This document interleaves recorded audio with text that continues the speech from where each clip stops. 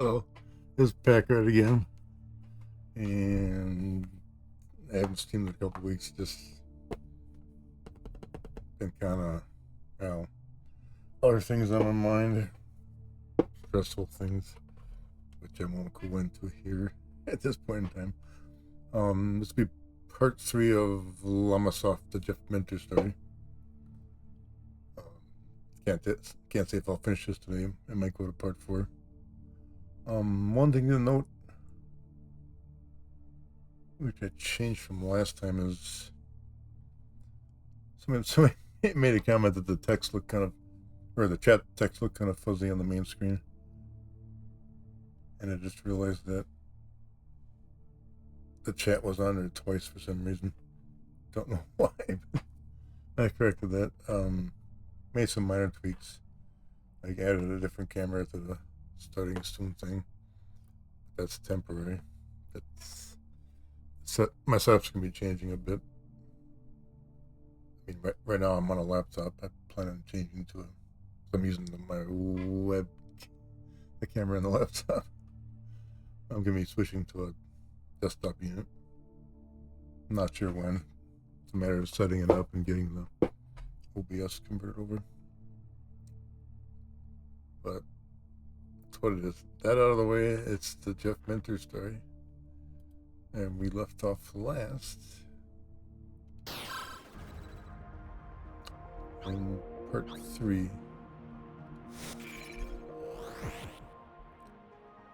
And obviously, if anybody isn't familiar with Jeff Minter, he's a indie programmer from the UK. He's been around since, what was it? Oh man, 70s, 80s. Commodore PET, ZX81, Spectrum, Big 20, Commodore 64, and so on. One of the few independent programmers that's actually still around, which I'll give him credit for. A lot of credit.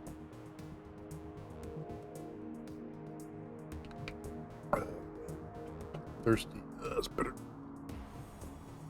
Where did we? I think I left off with the second.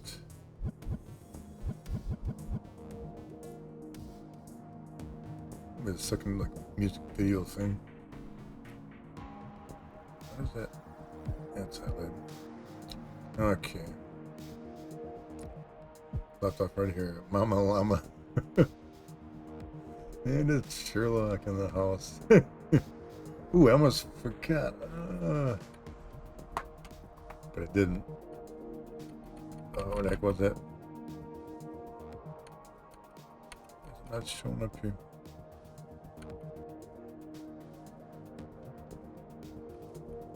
Just 1 second. From last stream 2 weeks ago. This must have came in at the last second or just after I shut down. I got another follower, Darkwing 602. So thanks for the follow. That was much appreciated. Slowly climbing my way up.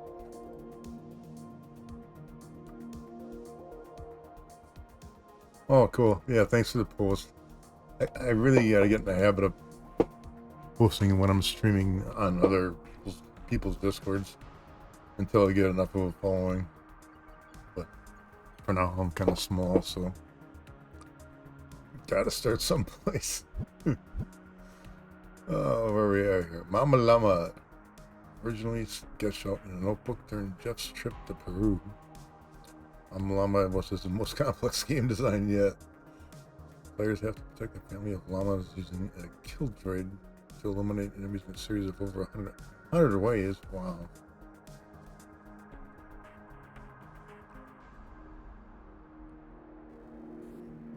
One second. Why is... Oh, there we go.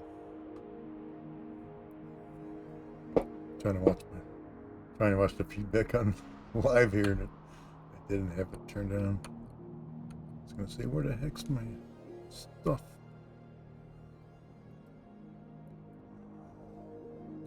Mr. Rex, Charlie, Luke. Yeah, maybe someday I'll get a Discord, but not yet. Let's see, where we are here. 100 ways. They use a complex strategy grid to pick which wave to play next. What? So it's not always the same grid. While using items to keep more enemies from spawning. Some more info on this before I start playing.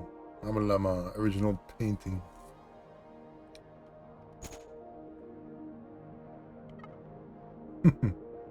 This was more of a humorous cartoon focused on faces of Mama Llama.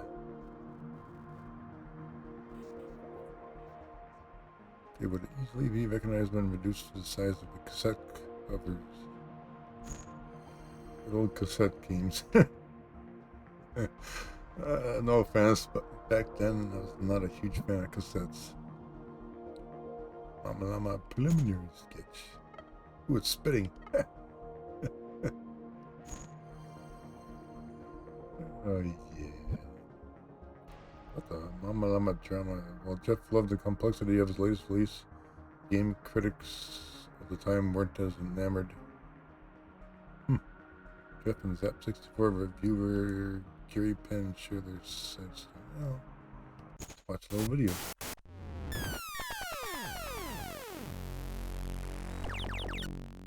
It's really interesting because you look at his work, it starts with knockoffs of other games but with things that he's adding himself. You can see that he's going, oh, can I even do this? And then over time there's like a lot of experimentation.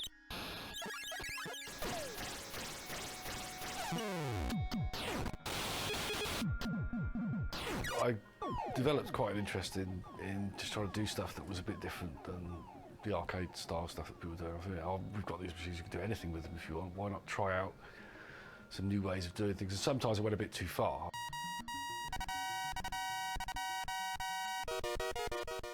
I just wanted to have this different idea where instead of having a main character with a gun always shooting something, you had your main character was effectively controlling a little droid and protecting the flock with this by just moving this little droid around.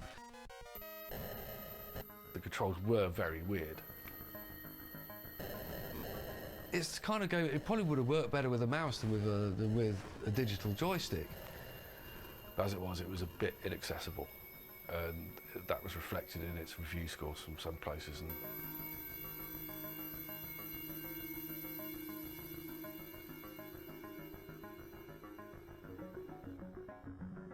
The guy who did the review for Zap magazine is a guy who previously had sent me a very nice letter saying how much he enjoyed, I think it was Ancipital, and that part of the reason he got the job at Zap was because he'd shown people his skills on Ancipital. And so I thought it was tremendously disloyal for this guy to immediately join up with them and then pan my bloody game. I think the thing that Jeff didn't understand was I didn't like half of his games, but the half I did like, I loved. And it wasn't anything about him. For me, the opportunity on Zap was just a sort of conduit to play some more stuff and share opinions. So of course, one of the first games we review is a Jeff game. So I'm like, yes! Get to see a Jeff game before it's released or whatever, I can't remember what it was. I was really excited about that. I just didn't get on with it at all. It was all just experimentation. It wasn't done out of bloody mindedness. One of the things I did like in Mama Llama was the grid that you could move around to play the levels in different orders. It was just like, let's see what happens. Does this work? I think it works. Maybe, people don't agree with me, but at least I tried. There's more than one magazine that didn't like it. The failing was, because this is all sort of new ground doing all these reviews in this way, critiquing was not, at the time, was just more pretty much an opinion. It wasn't a proper critique of what did work, what didn't work, why it probably didn't work. Here's my ideas about why I don't think it worked. It was more a case of you'd write about what it was about and you'd give an opinion. That was it. So that was the structure, that was the framework within which you were working.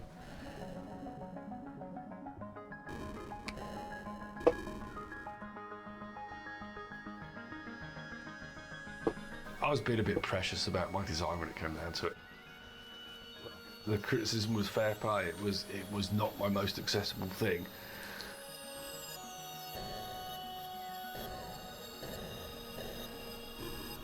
I still think it's quite a nice game, but I wasn't that good at game design yet. I wasn't good enough to make that game work well. Perhaps if I was doing it now, I could make that game work properly. But anyway, it's all water under the bridge now.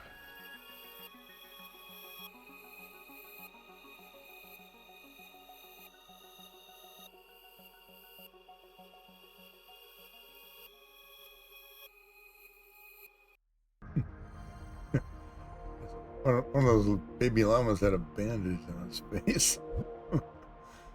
Nature of the Beast. Oh, that's where they reviewed it. What's going on? I'm not going to read all this. It's just him going on.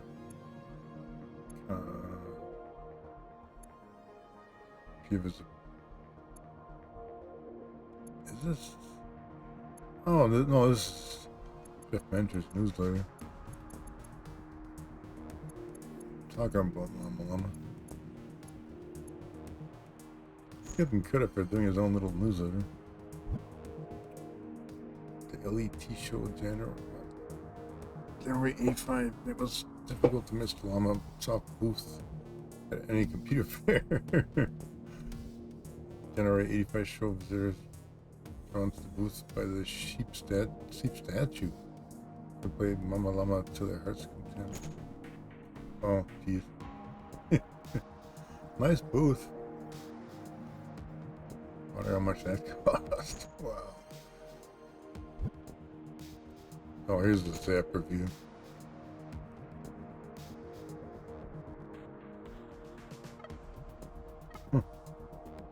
Yeah, I'm not zooming in on it.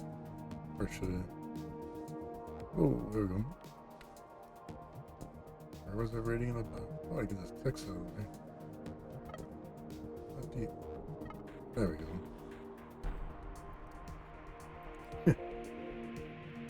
Presentation. Probably the best quality. Graphics, 50%. Wow. That's like the most. Not like a great review, but. Same works. Letter. Mama, what an awful review.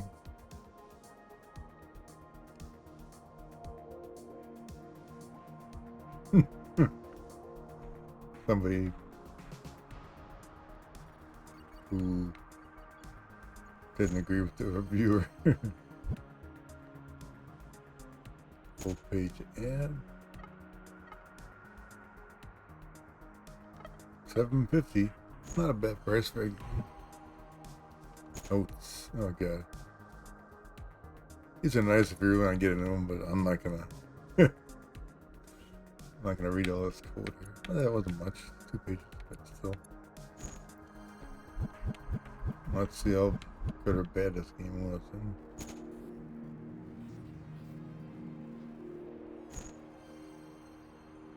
Hopefully I can get the hang of this thing. Oh man, complexity 5 out of 5 llamas. Oh no. And they're glowing llamas too. Commodore 64, 1985. Mama Llama. Considered the most complex of Llamasoft games. Oh great. Mama Llama combined arcade action with a complex strategy grid that players must master to survive. Oh god.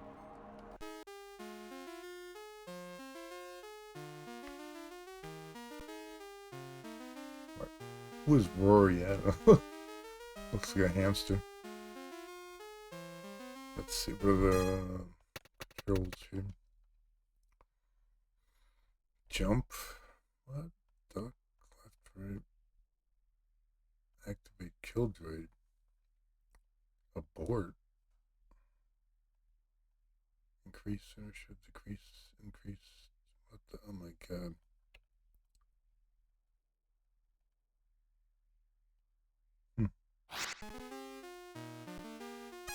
Oops. Start the game. There you go. We actually got a grid. Well, now let's start at the bottom. Enter current. Blah, blah, blah. What the? I'm just reading the grid. Game over. Come on. What the hell?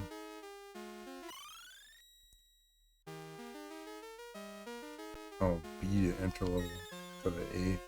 Why do they do that for? I better double check these controls. Well, technically, there's no. Yeah, B. Actually,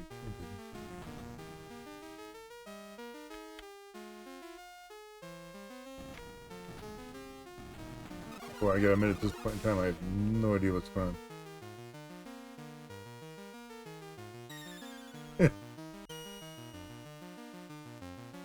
What the hell? Okay.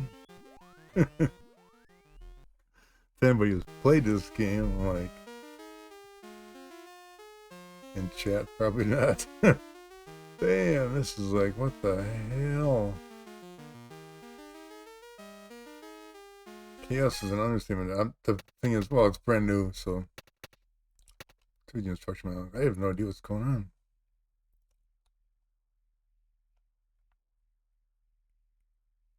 Utterly no idea whatsoever. About the game, loading it up. Intro option screen.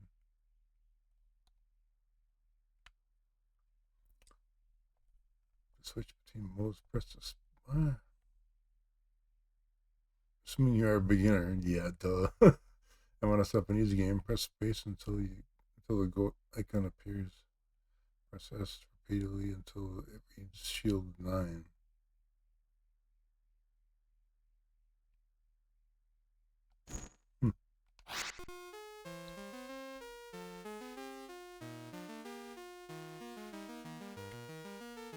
Oh.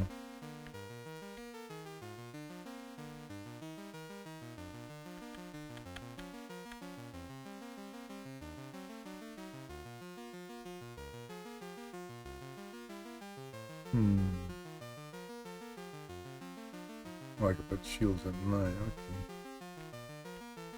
Not sure what I forgot the rest of the stuff is,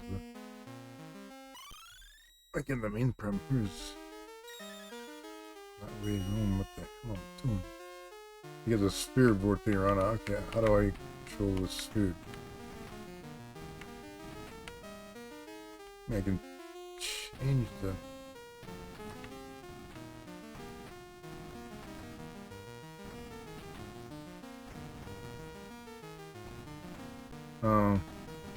I can control the llamas.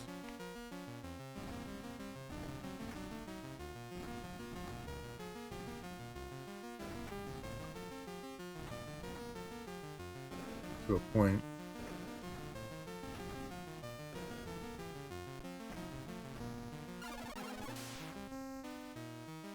Well, a little better.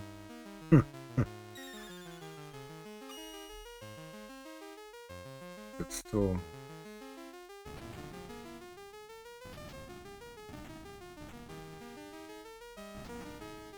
I gotta activate these. That's the goal, to get to the edge of the screen.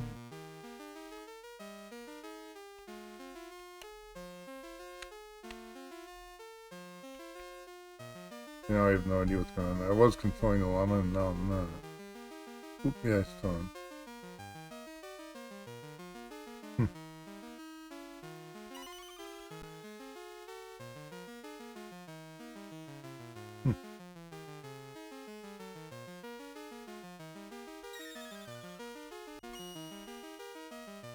Ah, it's the same screen.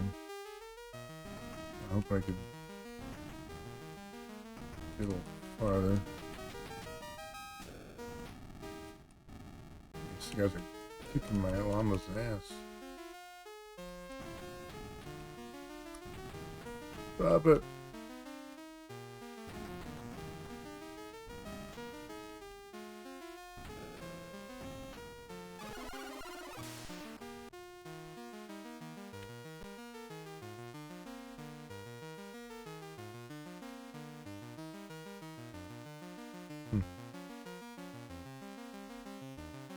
God, I can't get up here. Let's see.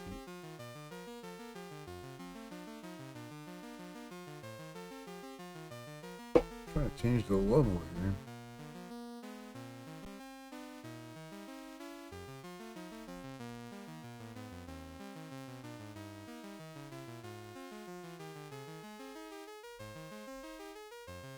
Hmm.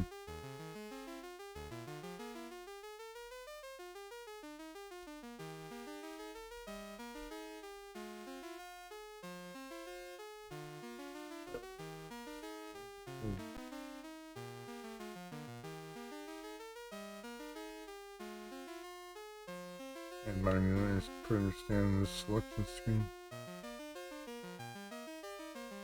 It's saying the bottom right hand corner.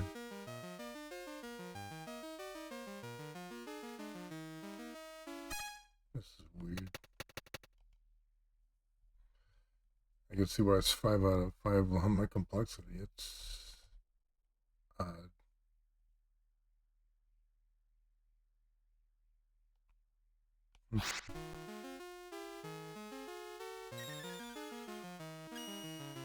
Yeah, see, I'm not like doing the same level. Can't figure out how to.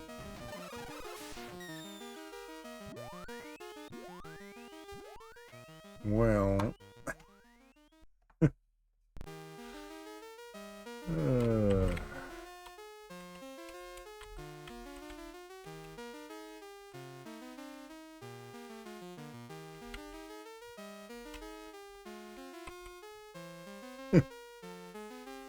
What can I say? Not impressed. If I wanted to spend more time on it, maybe figure out how it works, but for now I'm lost. Maybe I'll come back. If I'm moving on, not impressed. Just not. Looks like an interesting concept, but not even sure how to move from different levels. All the beasties, Llamasoft ad from early '85 brought all the animal protagonists of Jeff's recent games together for a family photo. This included Rory the Savage Guinea Pig, based on a real-life pet of a Llamasoft fan who had made his debut as the antagonist in Citadel.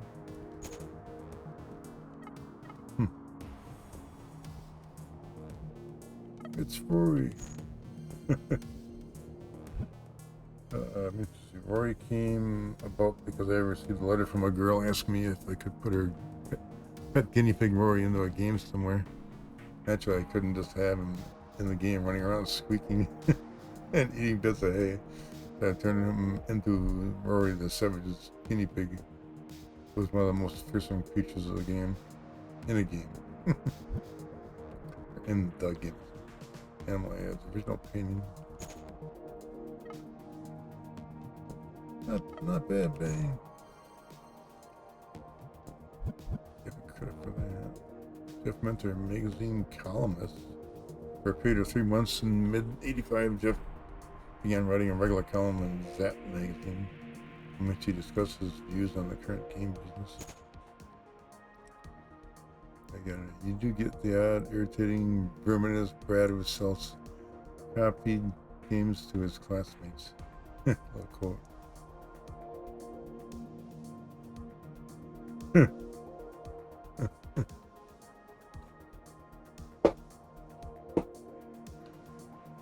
Yeah, Mr. Mentor. Still got kind of short hair in that picture. What's that in the corner? The biggest problem in the industry today is that distributors don't distribute. Okay, I'm not going to read all that stuff. That's, those out there buy the game and read it. So we got color space for the next little. Oops. Color.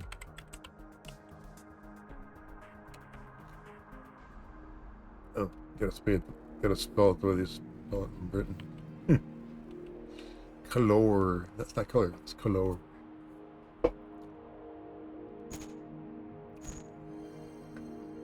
Let's see, was this created visions of psychedelia for several computer platforms when it came to Atari 8-bit. Which obviously this must be. He realized that the hardware allowed him to do so much more with the light synthesizer that the Atari version would be almost a completely new product. He called this an enhanced light synth color space. Difference between psychedelia and color space is pronounced as the difference between a Mini and a Ferrari. Wow. Using the Atari, you can get curved screens, hardware reflections, interlace effects, stroboscopics, dynamic color flows, and variable resolution screens. Color space, the original painting.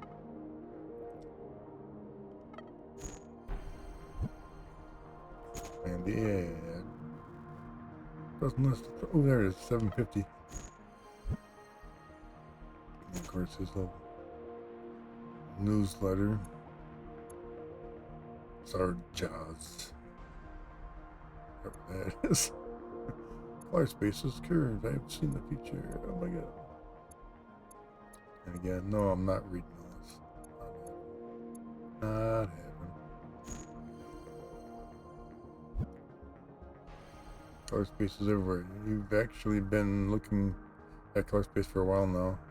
The moving backgrounds in these timelines are being generated in real time by the original 8-bit color space program. What? Well, 4 to 5 llama complexity. Oh. Atari 8-bit 1985. Let's see what the controls are here. Up, down, left, right, paint, toggle auto demo mode, record, play. I remember all that? Probably not.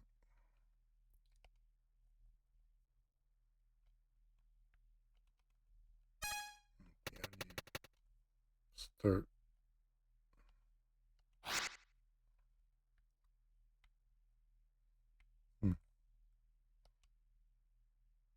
Terminated? What? There we go.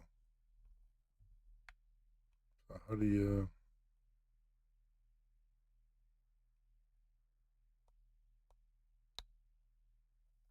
load music here? Come on. Easy. That's good.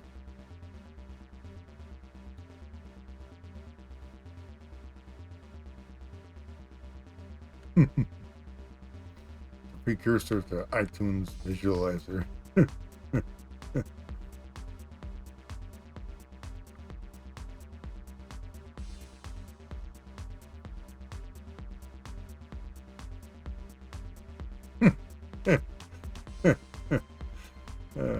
Nice beat.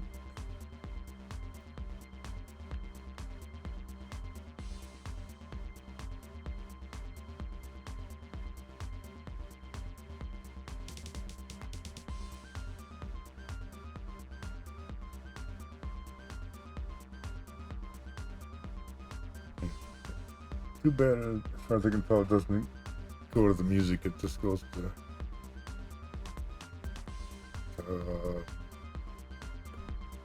joystick input.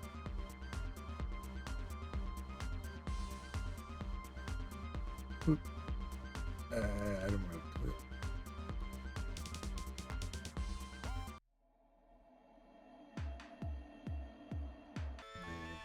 No. Digital narcotics. What?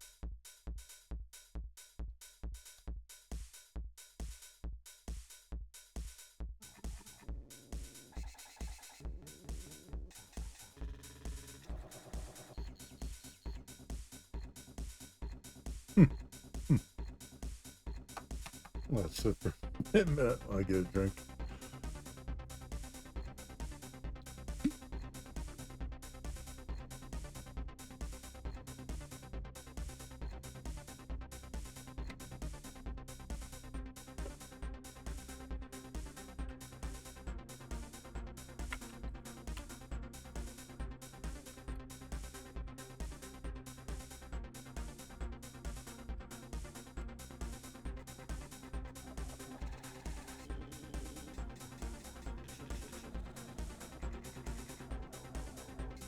Yeah, interesting concept. Like unlike last time, I'm not gonna linger too long on this.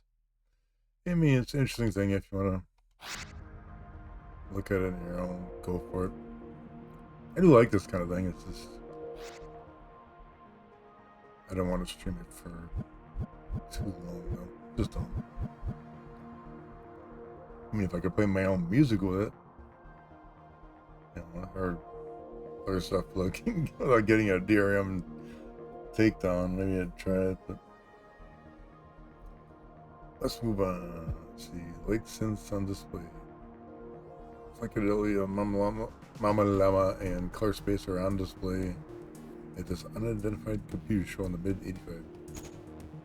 Unidentified? What? They don't know where it is. Same tables. They must have stored those for shows. Love the pink CRT in the background. Not sure if it's a real CD, probably. Llamasofties. Everywhere that Jeff went to, Llamasofties were sure to go. The British computer show of the shows of the 80s were like family reunions for Jeff and his royal fans. Tradition that continues today. Yeah, he was supposed to be at blank on it. He was supposed to be at some computer fest in the last couple of weeks in the UK.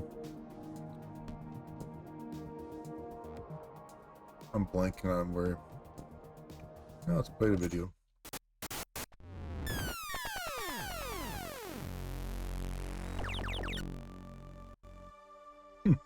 Distinctive games since 1982.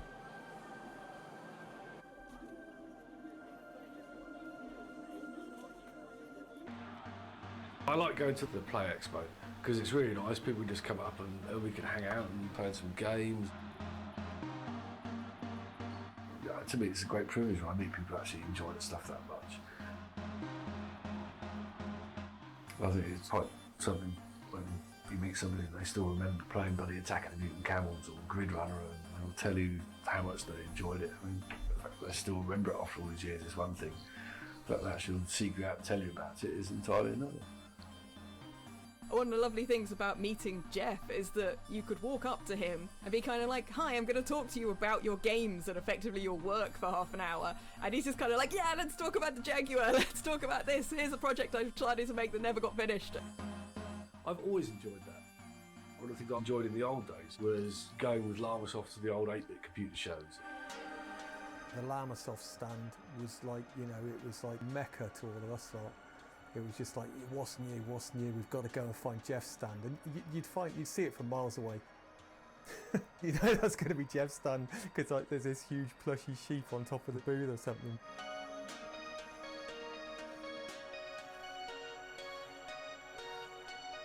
For us, it was never really about selling.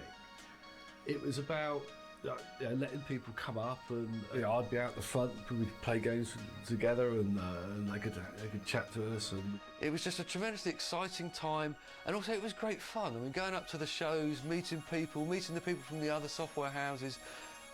It was like a big group of mates all having a wonderful time. If there was a computer show on in the UK, Jeff and his mum and dad were going to be there. You know, when I was a young lad, I'd always like, go say hi. And there's so many people that I know today that I still remember from back in the day that were young kids that would turn up on the stand. You know, it's people from all walks of life. So you'd always see a few of the regulars that would be at every show, but it'd be the excitable kids like myself that it was just like, this is fantastic. I love all this trippy graphic stuff. You'd get people who'd go along and their dad, probably had no interest in computers, and he'd go along and strike up a conversation with Jeff's dad. I remember that distinctly. With Dad, I'd be talking to Jeff's dad about something, that Dad's talked about at the time. It's like, oh, I don't get all this newfangled computer stuff, but, the boys do.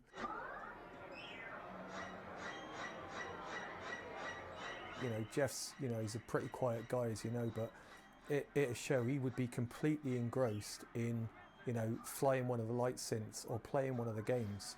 And he'd get a little bit of a crowd show up just to watch him playing his own games. I went to a couple of shows at with it, Earl's Court or wherever back in the day, PCW show or something, and I'd go past the Llamasoft stand, but Jeff wasn't there.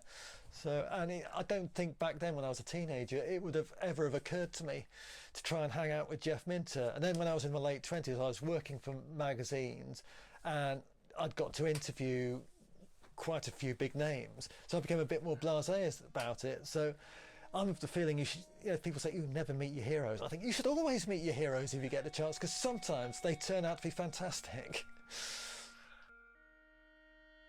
No one else is Jeff Minter, or could be Jeff Minter. That's just what he was, and that came with a whole bunch of bits and pieces to do with stuff they put in his games.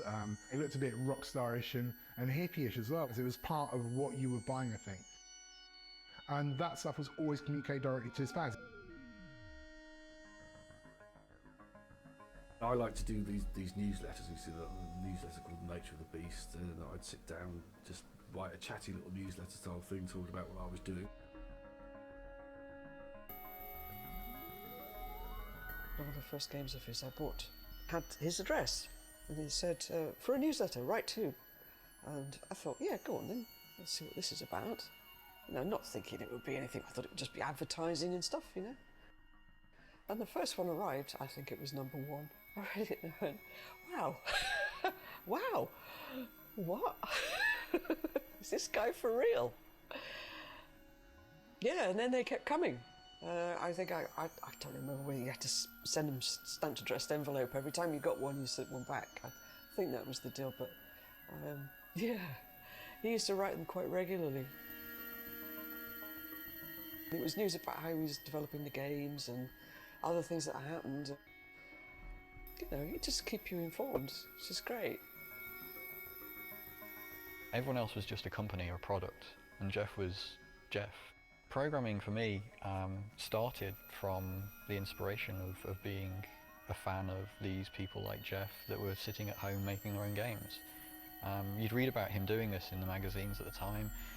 He used to do these great interviews. They were so vivid, the way that he told the story of what he was up to, what inspired him. And I was thinking, yeah, I could do that. That was just totally different. It was his heart on the page and it was his heart in the game. And that inspired me.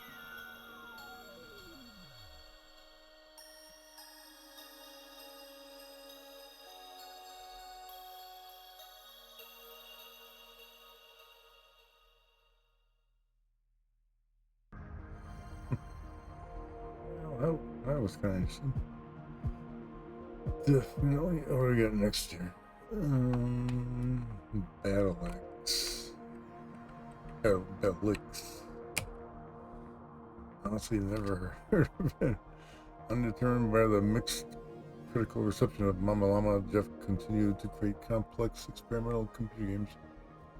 Battle Axe was actually made up of 6 different mini-games that the player could swap between at any time, bringing back various gameplay elements and characters from previous Llamasoft releases. Original painting.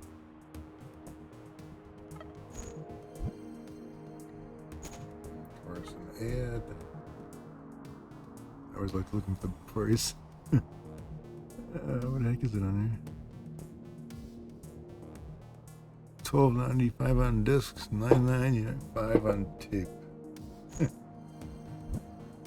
Nature of the Beast, issue 6.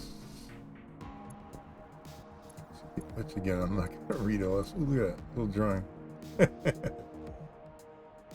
Blasta and Zeppelin.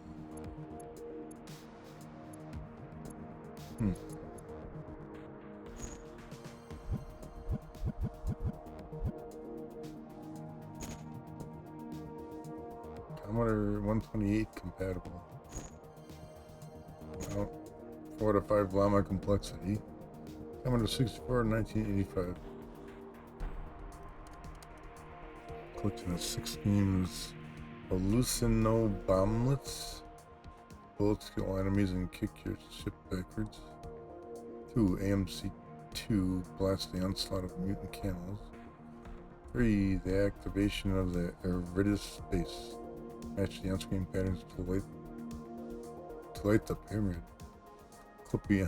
Kippy on the run. Paint the quarters colorful by running on them.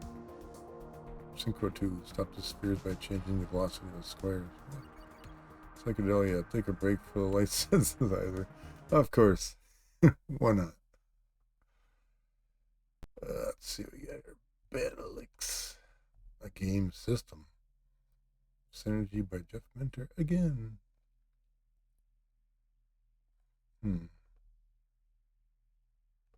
Big question here is how do you select individual games? See, up, down, left, right. I don't know why they always use B for fire. It should be A, damn it. A, back to menu. I'm going to be hitting that by accident. Guaranteed. Seems simple enough.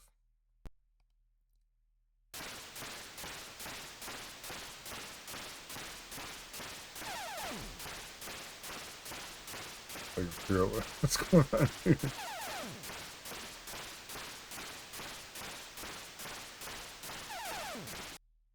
Let's get the menu.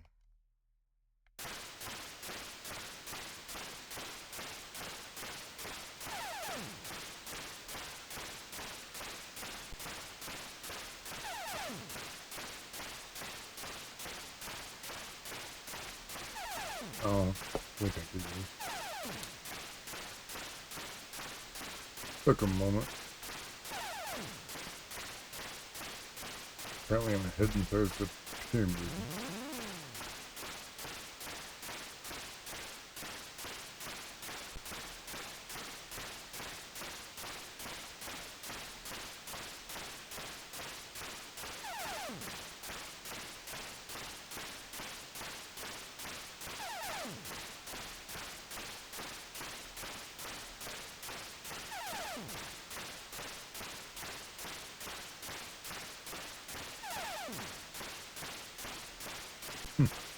No score. Dude, not quite getting it.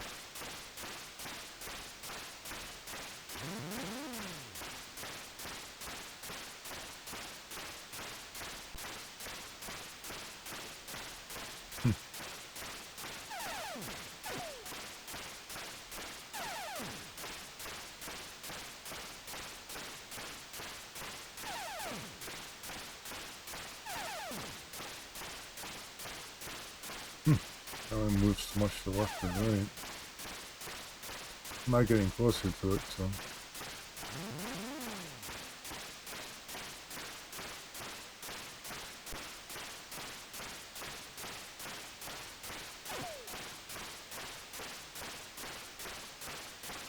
I don't think it's what I'm aiming for.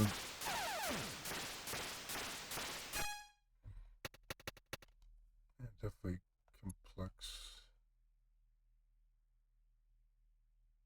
Skip if you want. What the? Battleix options screens display.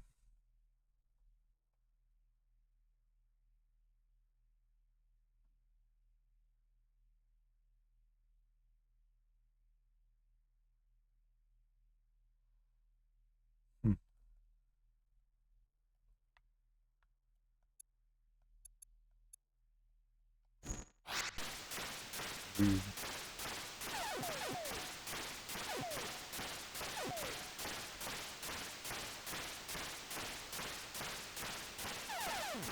I'm actually getting a score.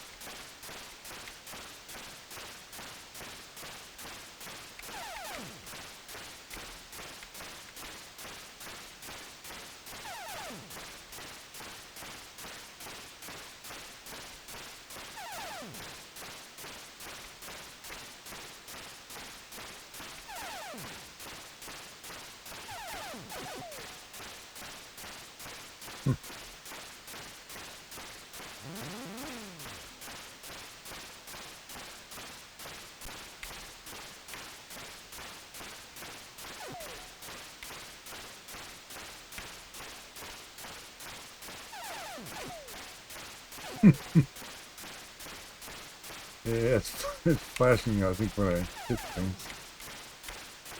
I kind of get it, but It's different.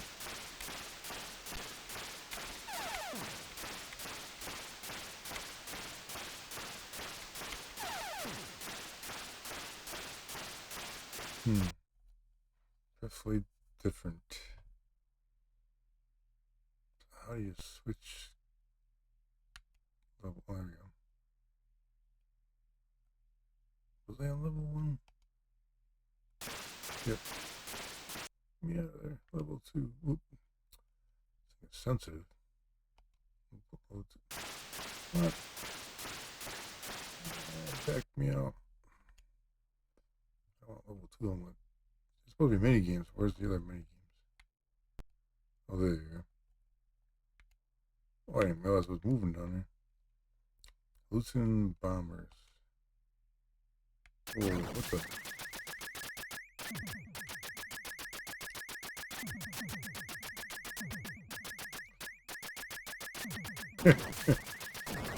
Psychedelic.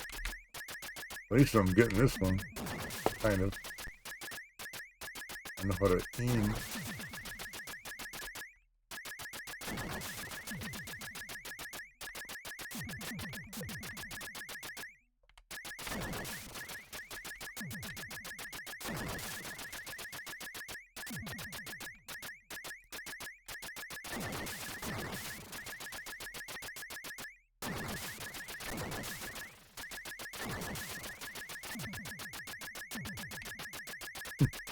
And basically you're flying around shooting it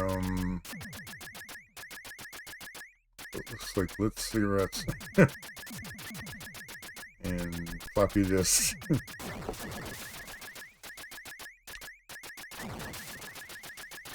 Or whatever's scrolling in the bottom is going faster than hell.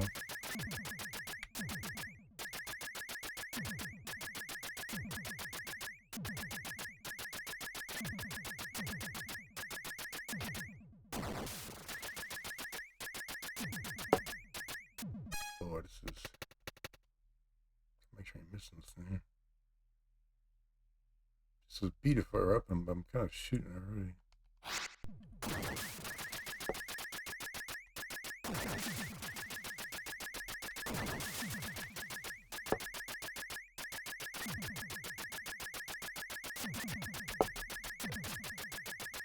We gotta think fast on this game. Yeah, oh, they look like 3.5-inch floppy disks. For the moment, originally I was shooting like cigarettes. Now it's like a RAM.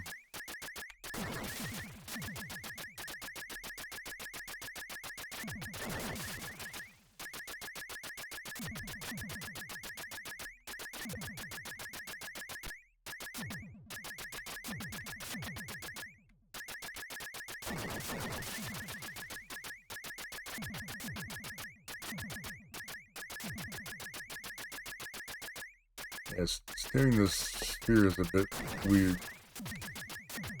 Because shooting and steering go together. It's like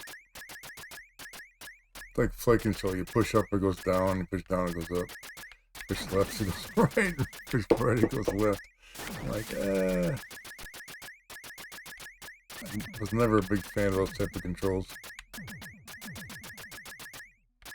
I mean, it's interesting. I'm getting hit a lot. I'm like, I don't know, do I die eventually here? Oop.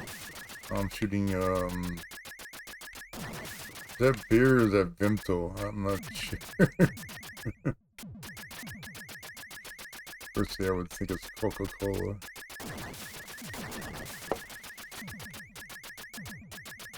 Gotta be Coca-Cola. Boy, this is nuts. This could go on forever. That wasn't bad. The one with the llama looking forward, I didn't quite care for that. Which I think was... I forget which one it was. At least now I'm gonna know how to switch now. Ooh, attack and mutant combos. Whoops. Back. So used to A for fire.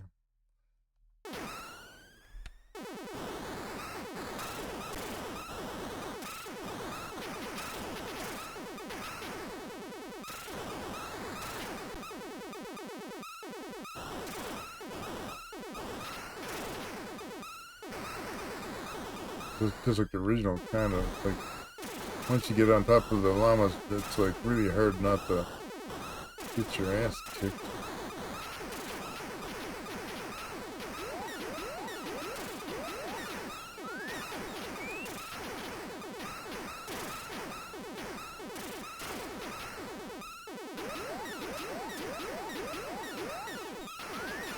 Die, llama! Die, llama! Die!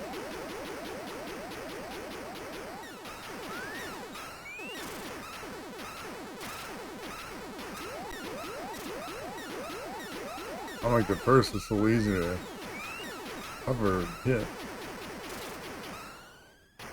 We got unlimited llamas here?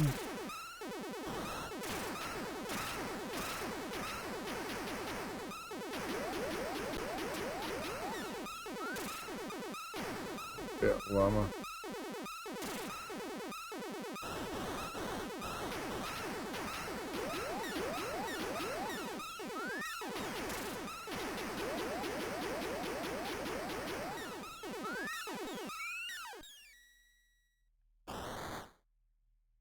Clear the level? Oh, looks like it. So how do we go to the next level? You don't. Picked up by accident.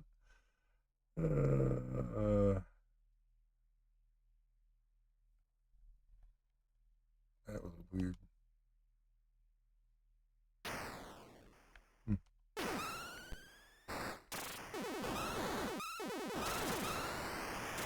Oh. Ship moved way too fast at times.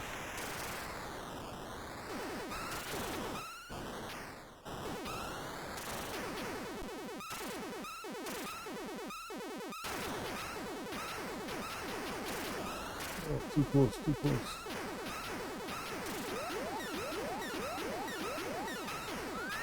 I was like sure what they're shooting at me.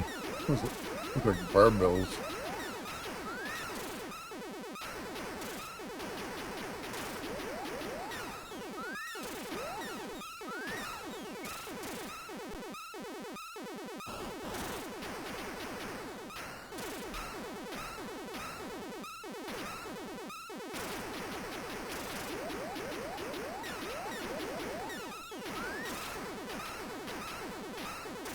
We gotta be going down. Oh, there's too many of them. Oh, too close.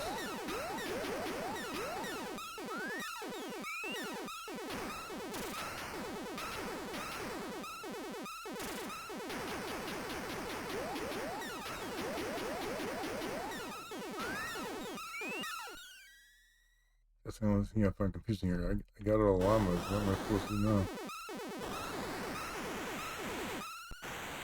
Oh, it is a mini game. I'm guessing that's it. Can't climb for a ladder? Apparently not. That was okay. Yeah, bones, yeah. That's a little more like barbells to me. Springy camels. Well, they're mutant camels. Okay, that's one I was already playing. That one's just weird. Sippy on the run.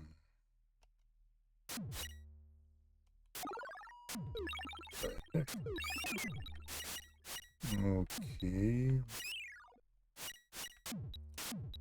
This is a really weird one. I shoot all the stuff out of my head. I'm guessing. Okay, what exactly? What's the goal here? Up, down, left, right, fire weapon. That's nice.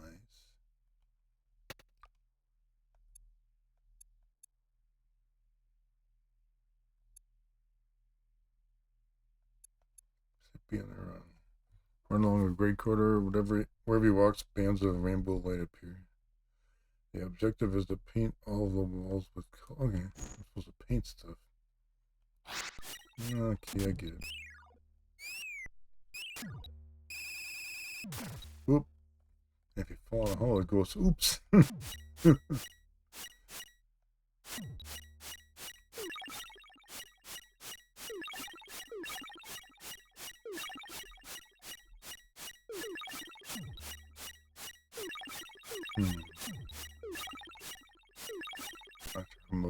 Not sure if I'm supposed to avoid these little ball things bouncing around here.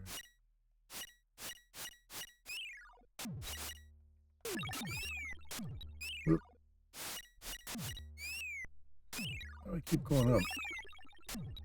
I'm not pressing up, but it goes, or up's the default.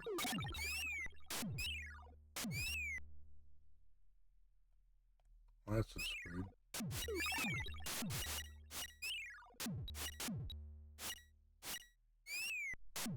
I'm hitting something that's knocking me down. Back down there.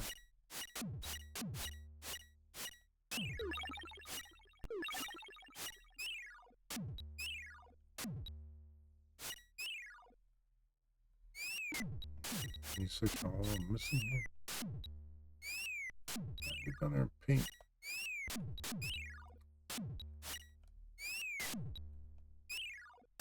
Oop. Section all I missed there.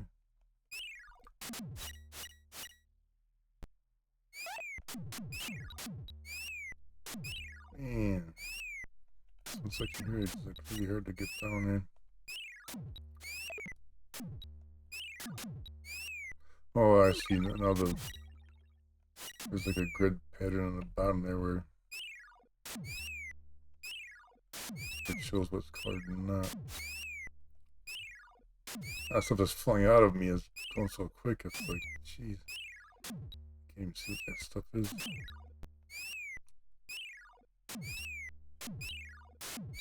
And land, no, not in the hole, not in the hole. Yeah. Oh, it's over, really? Yeah, there's a hamster there. I can see that. I don't quite like that. It's okay.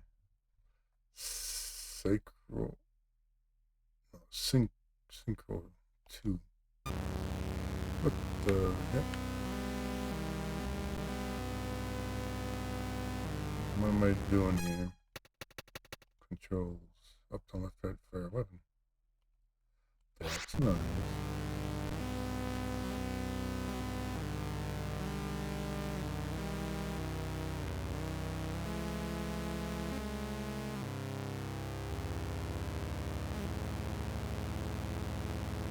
What the? This is weird. Weird.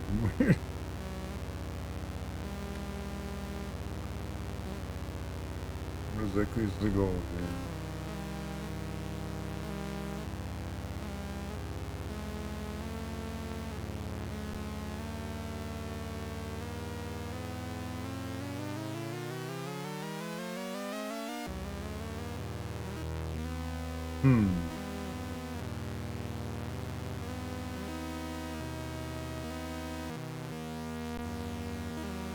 That's really hard to control this stuff.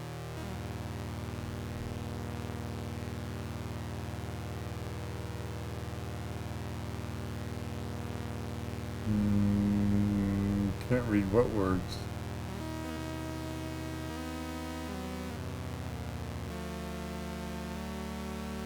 Where's beat of fire, but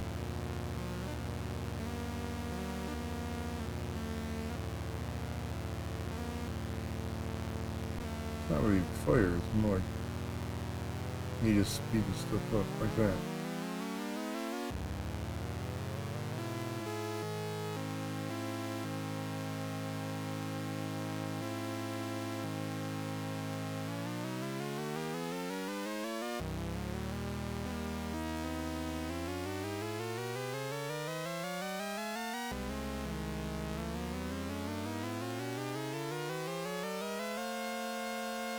Oh, yeah.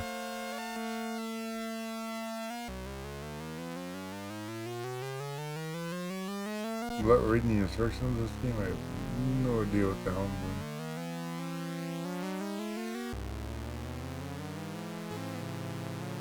B's fire, but B just makes these things change direction.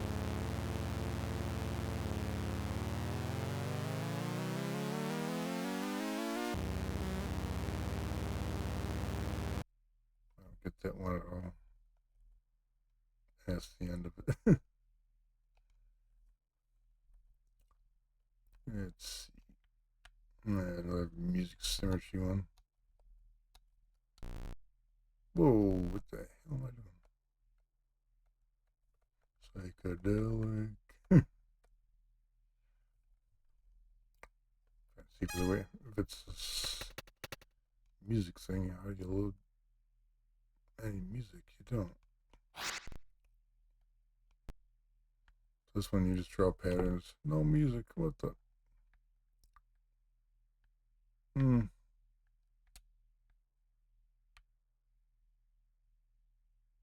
little too primitive for my liking,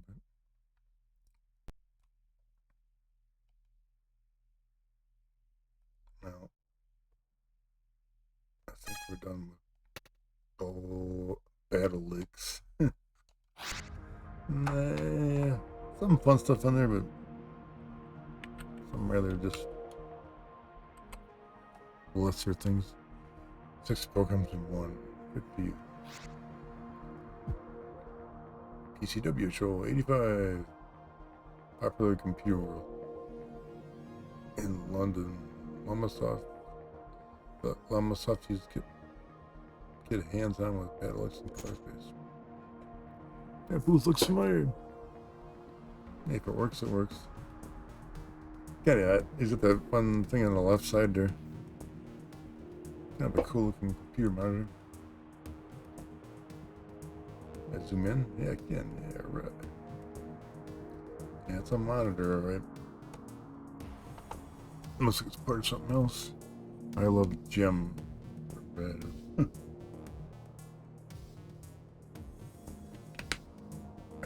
no idea. At all. Let's see what we got. Yak's Progress. Yak's Progress was a single cassette tape release that collected 8 of Jeff's Commodore 64 titles in one package. Jeff notes that the games began as simple, sometimes in his opinion inferior, 320 conversions.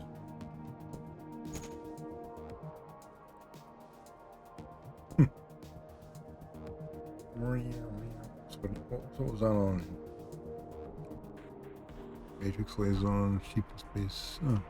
Here's a compilation of a bunch of games on a cassette. The original painting.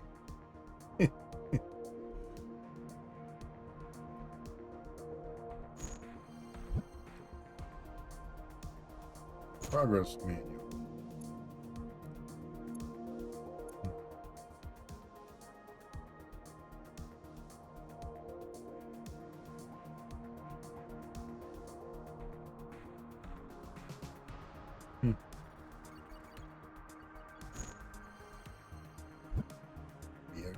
Progress ad. So how much did it cost? How much did it cost? $7.95. Not bad.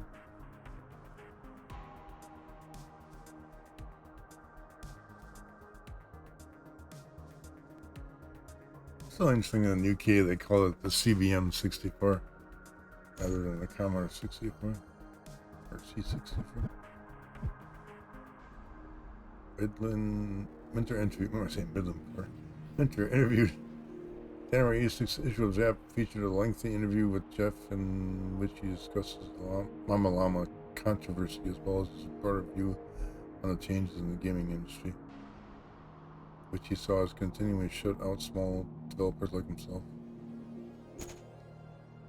Say it with flowers.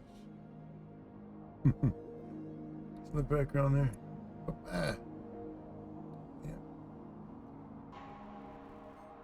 Louise Bramella of Harpenden has adopted a llama. I'm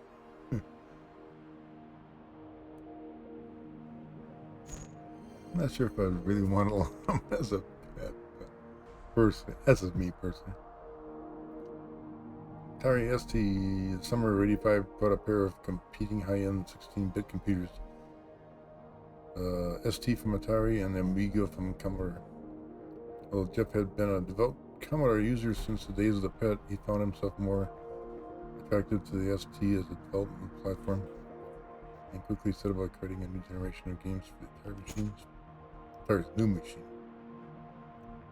I remember looking at the ST back in the day, along with the Amiga. I was tempted, but I wasn't making a lot of money back then, so it didn't happen. Color space comes with ST. With the ST's significant jump in graphical resolution and on-screen colors, it made sense for Jeff to quickly create a version of color space for the ST in '86.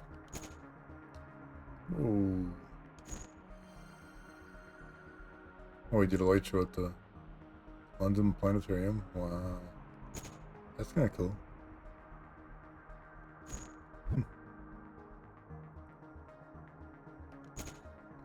Painting. That doesn't look like anything to do with like drugs or psychedelia. Not at all. I mean, fish going into your ears and blowing up galaxies and whatnot. I'm like, nah, that's perfectly fine. Ooh, a floppy disk. Sorry, SD. The old 3.5. One thing I don't miss those too much, but I do have some. Not a lot. God, I used to have. God, at one point in time, I'm sure I had over 1,000 diskettes. A lot. I think I got a few. I think. If I had to take a guess, I think I got maybe 100 or so left. Why I'm keeping them, I'm not sure. Nature of the Beast, issue 8. New Amiga stuff.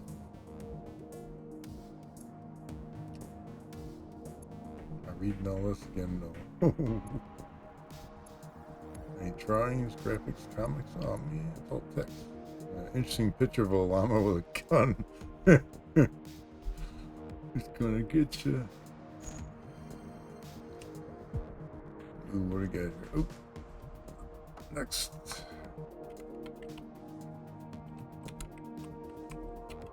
Game. Iridius Alpha. This next Commodore 64 game was a new twist on the scrolling shoot 'em up, in which the player controlled two different crafts at the top and bottom of the screen, transferring energy between. Here we go. Painting.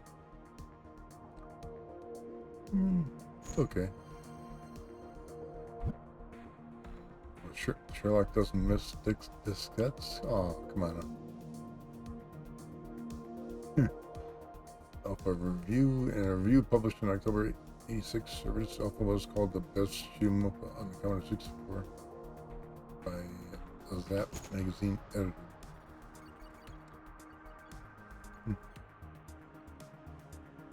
Where's the ratings? Overall 95%. Hey, not bad.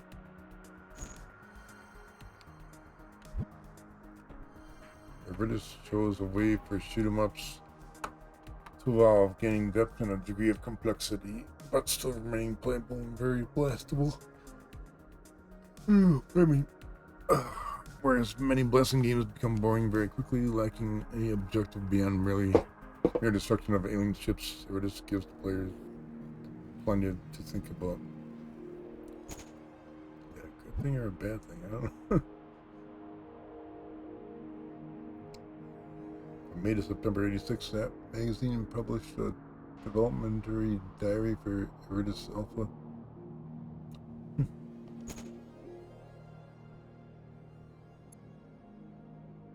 The Daily Llama. Yeah, 3 1/4 are better than. I mean, I started out with the 5 1/4 floppies. I didn't mind those. I'm not sure if I have any 5 1/4 floppies left. I don't recall. I might have like 15 to 20 of them in a box someplace, but not many.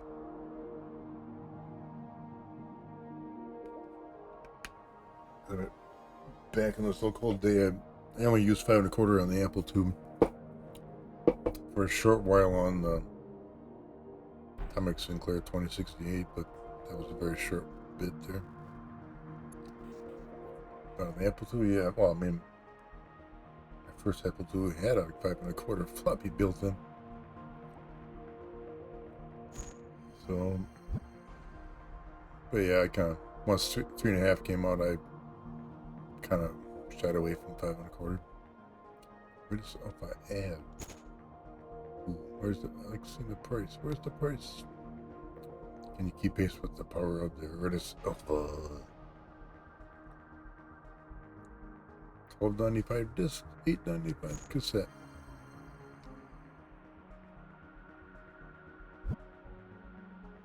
Nature of the Beast, issue 9. Again, I'm not reading all this. I just like looking for drawings in here. Like that weird looking thing. Let's see what this theme looks like.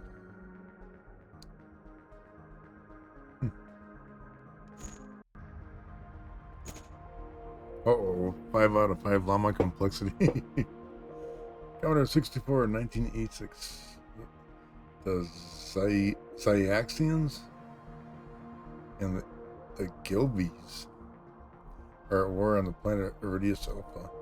A complex scrolling shoot 'em up in which the player must swap between controlling Ghibli robot fighters on the upper and lower halves of the screen.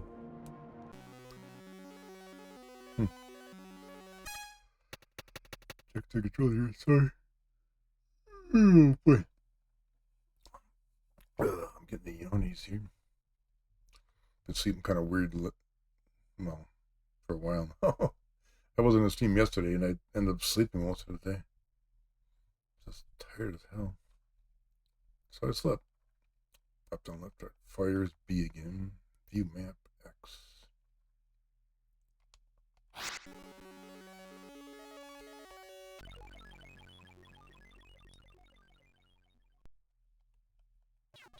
Whoa.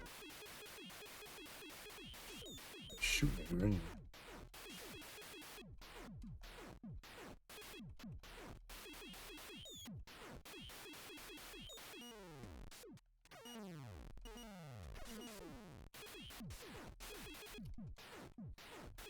Definitely got a Defender vibe to it.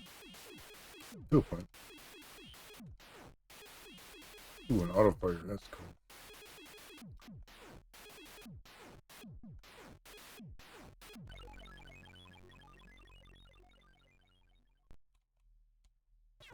How do you swap from bottom to... Imagine swapping bottom to top. How do you do that? It doesn't say.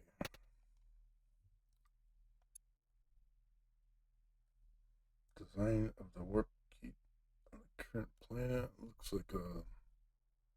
Well, whatever. Horned Beast, Ghibli fighter... I keep saying Ghibli. Gilby.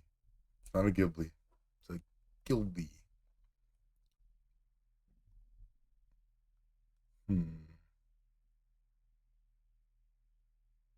Warp edge. Boy, this looks complicated. Wow. Current planet, other planets not. Jeez. Free poster offer. See, overleaf. Just an import.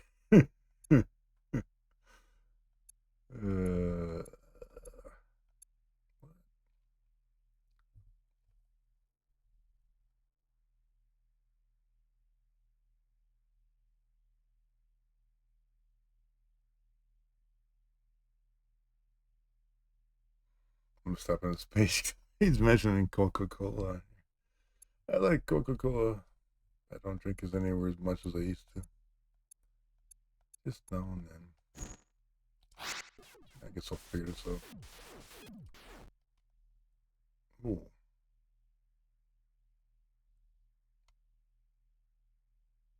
Gilby's left 3.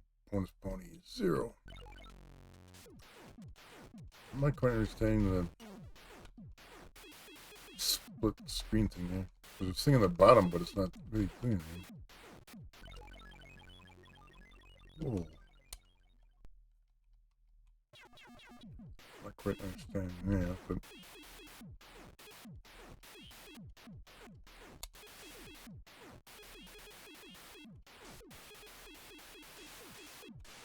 whoa.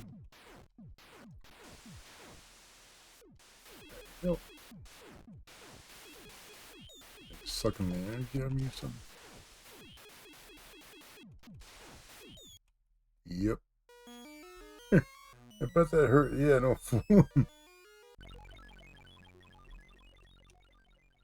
I'm not sure what was hitting me there. Same things again. Run. And those things just suck. Oh, how the hell?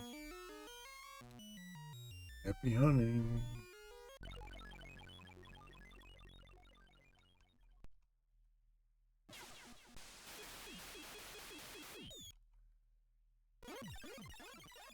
Wasn't that nice? How do you get the dark gray spheres? I don't get that.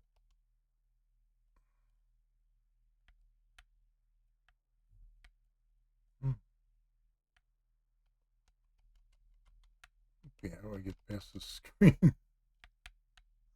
Oh.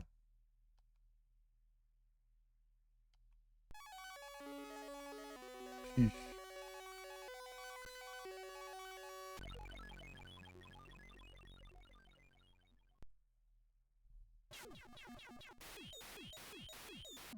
I think the bottom thing is just a radar. You know, to think that.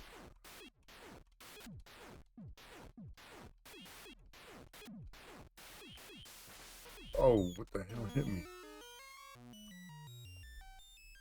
Laser blast the skull. Yeah.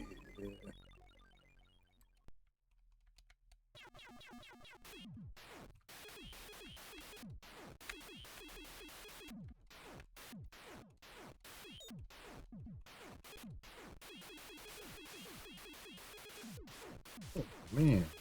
Man.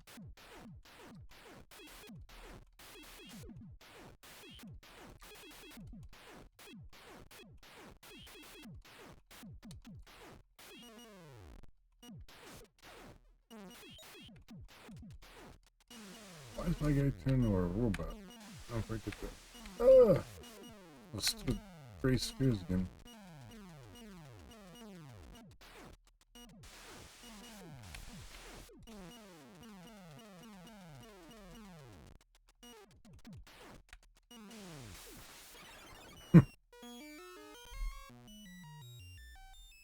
I don't get the gray spheres at all. Ugh. Where he goes to the right, but as far as I can tell, the objective is to get to the thing on the left side, yeah. Stop! Oh my god.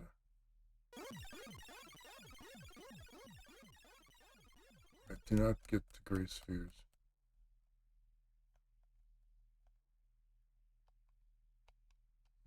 Oh.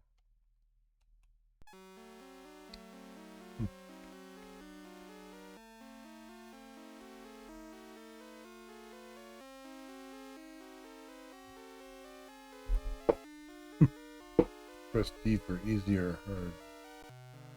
How the heck?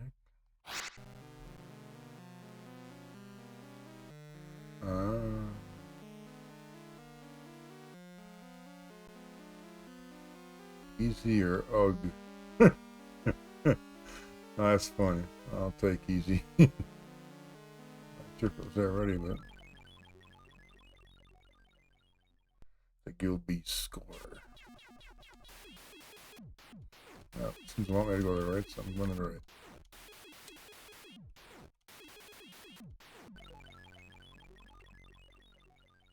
See, I just hit one of those heads, so it warped me. Weird. I find this weird. Walking on the ground is not some very good.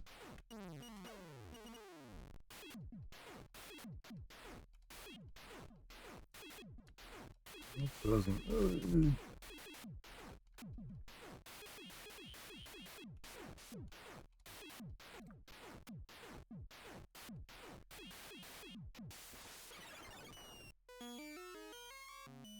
you tell I'm not that good at this thing?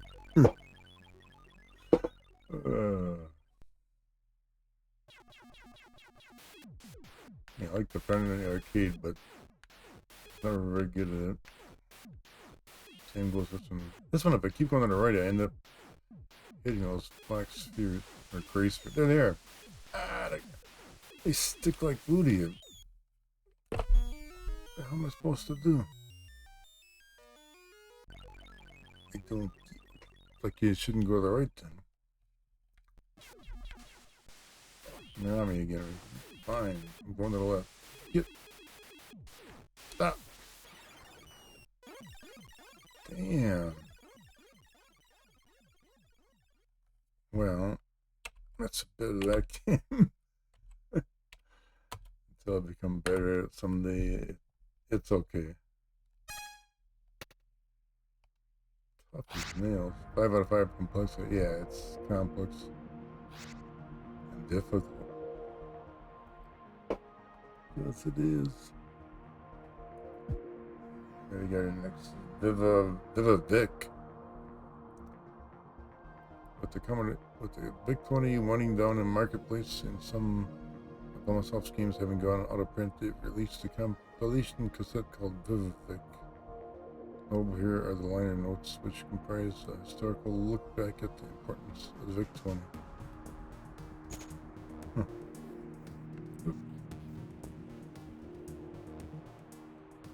Viva Vic. 80s attack, Dr. Grid Runner Laser. AK expansion required. Visual painting.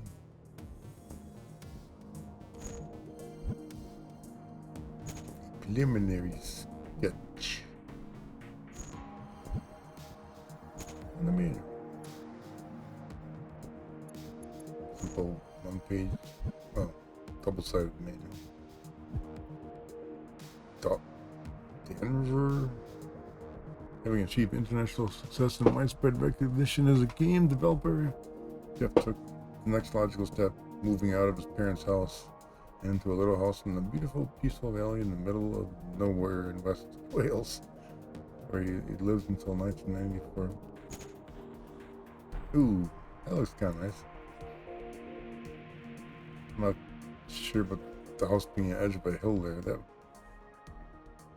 you have to watch out for the structure there, depending on how secure the foundation was. The background there, just a power tower or what the? Not sure.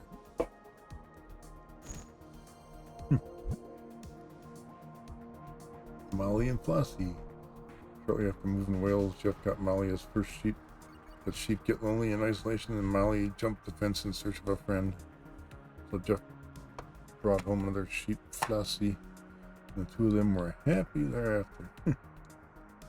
In later years, Flossie became a mascot of Llamasoft, well known to fans as the most beautiful sheep in the world. Like,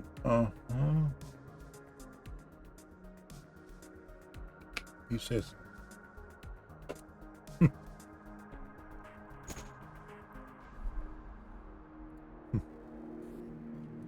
Sheeple, wow.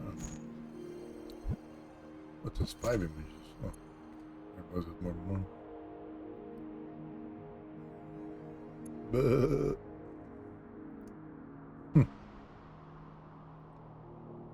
It's like a nice little private place with the woods all around. It's a sheep.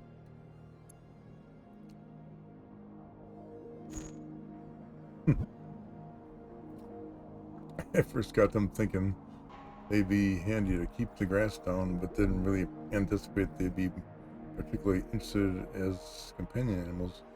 But I was very wrong. Sheep are brilliant. They can be affectionate and loving. They like cuddles and fuss. If anything, they behave like giant cats. Okay. They come and rub around your legs and lean on you. I've known sheep that will curl up in your lap if you sit down in the field. They're brilliant. These two taught me that. Giant cats. Okay. Commodore 16. Oh my god. I know some people that love this thing. They're out there. Commodore 16. Introduced in '84, Commodore 16 was a low-powered, low-cost computer intended to replace the aging VIC-20, but not the more expensive 64. It flopped in the US.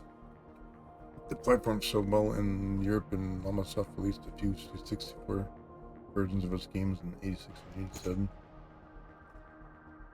Yeah, honestly, until I caught it on some streaming from the UK, I never even heard of the Commodore 16. And if it was here, it wasn't for long. Void Runner, the next game.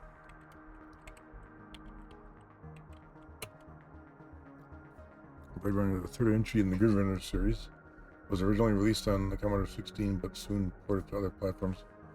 The Centipede-inspired gameplay was still in place, with a new twist being that the player now controlled an array of 4 different ships.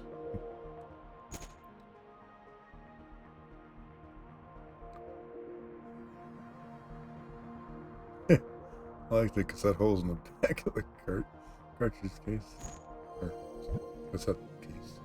Redmond on Commodore 64 review. In late '84, Jeff ported Void Runner to the Commodore 64. It was reviewed positively in Zap magazine. What they rated? 85%. It's not bad.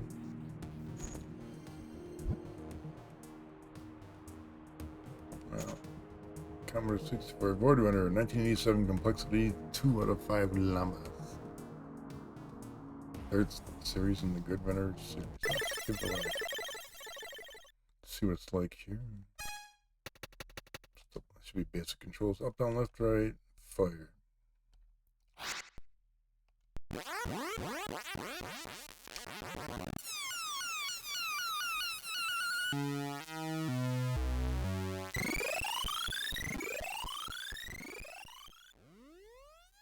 Come on.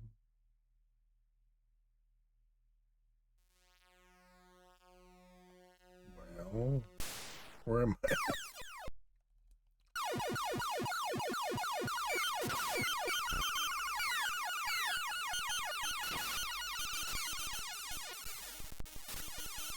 Oop. Different.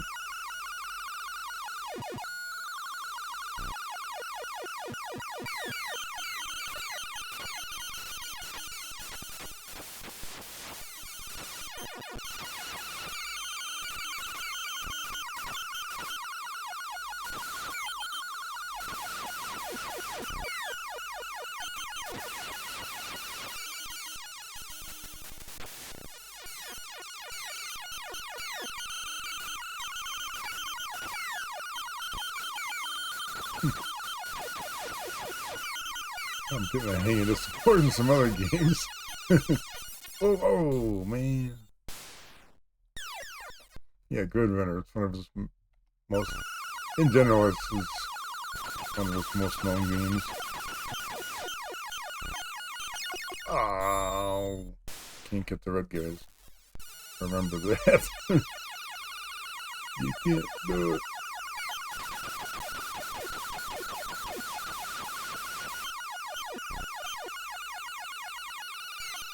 Oh, jeez, was doing okay. Seriously.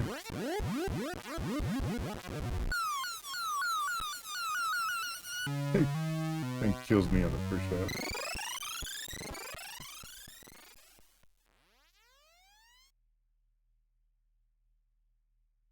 Not a big fan of these screen intros. It's like, just start the game. Ooh, now we're upside down? Okay.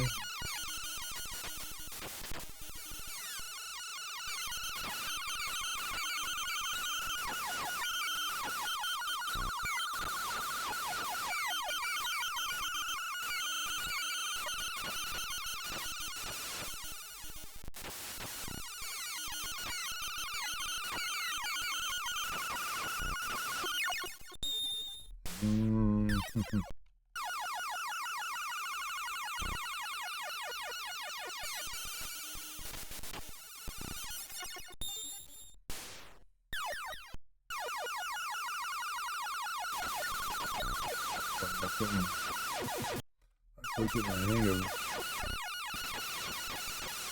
the enemy formations. Ooh. No, ow.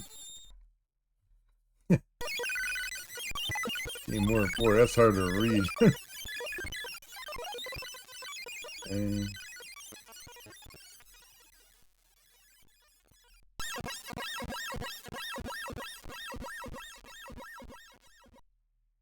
did it get a high score? I don't know. Maybe it did, maybe it didn't.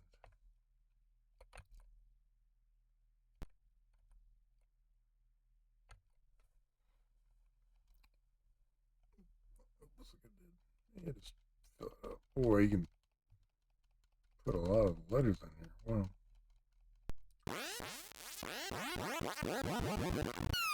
Let's give it one more shot here. Wasn't bad, but it's difficult pretty quick though.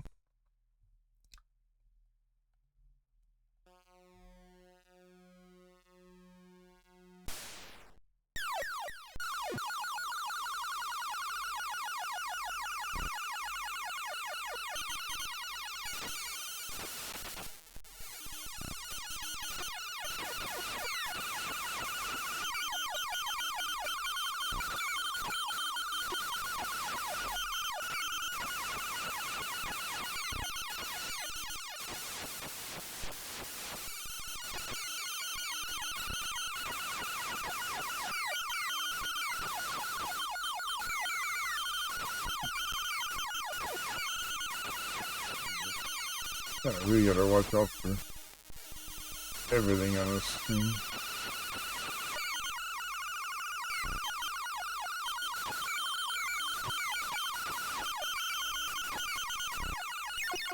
Ah. I'm on the yak level.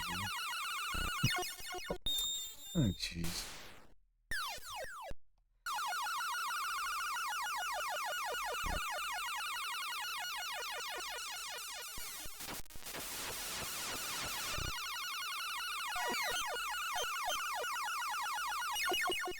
Damn. Once those things get down below, it's like pretty hard to dodge them.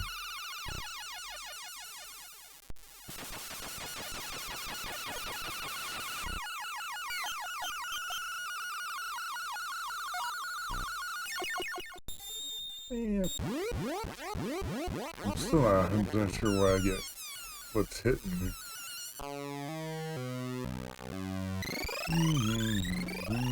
Did I clear a level? I think I did. Yep. Llama level. Why is it a llama level? That's the question.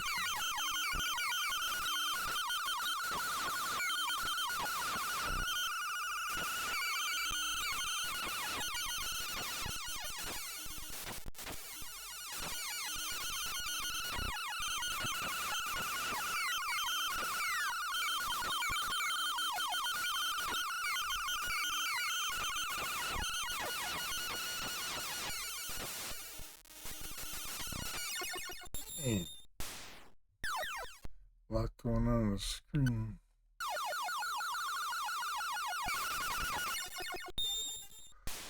And there's that. Every now and then I get. I'm not sure what's randomly hitting me. Stop it.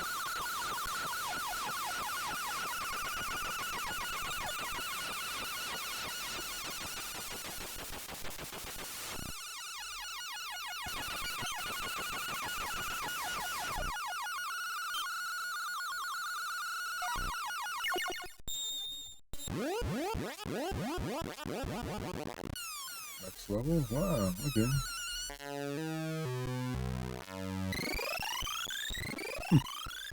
Actually getting some place. The goat level.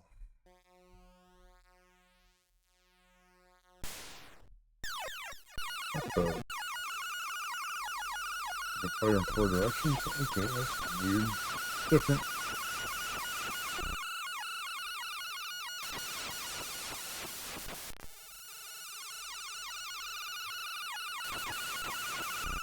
Ah.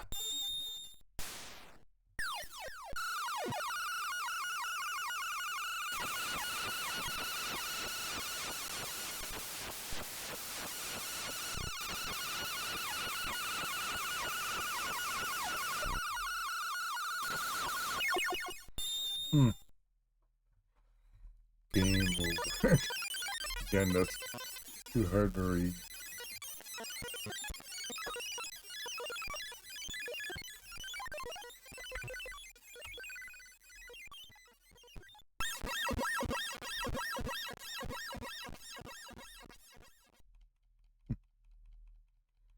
Boy.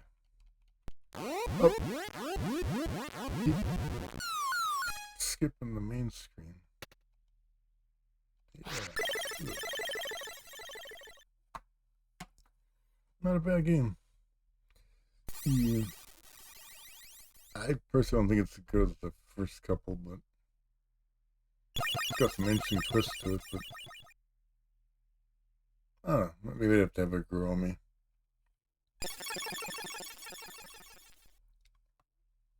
I'm picky. No. Done with that one. Less complexity, but Nature of the Beast, issue 10. Kind of interesting too. Most of this looks like it was done like on a top matrix printer, which it probably was. Yeah, but that game was bugging my ass out a bit. I won't deny it.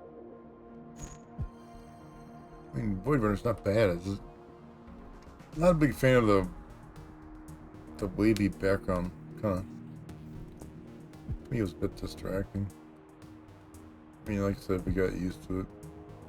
Uh-oh. Revenge of the Mutant Camels, Part 2. Oh, no.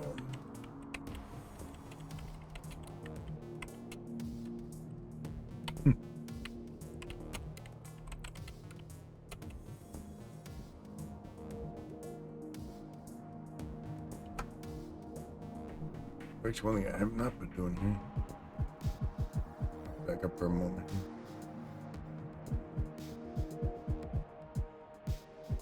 I mean, I'm keeping track of what I'm doing here.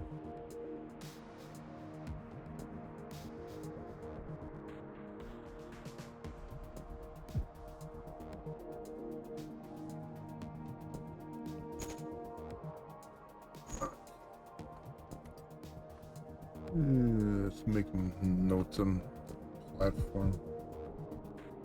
C64, C64. As I can.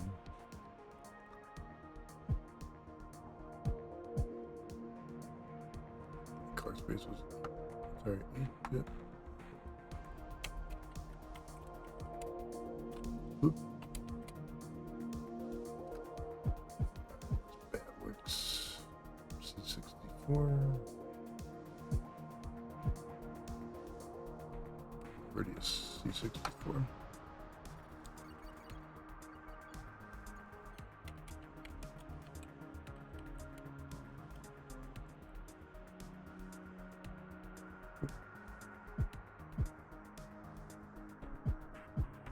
Track of what I am here. Yep.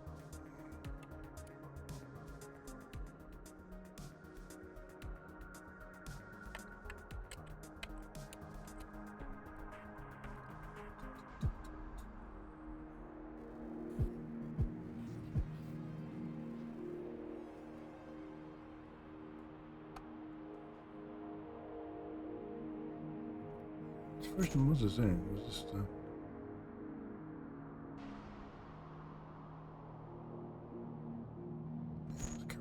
Damn it.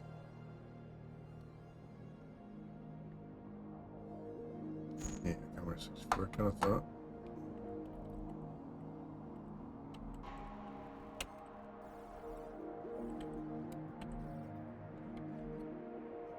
Okay, back to Mutant Camels here.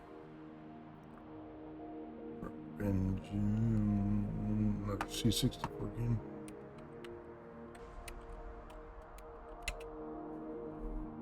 Okay, just Final Commander 64 game. Okay. Was the return to the giant marching beasties that first marked Llamasoft as a maker of profoundly weird experiences.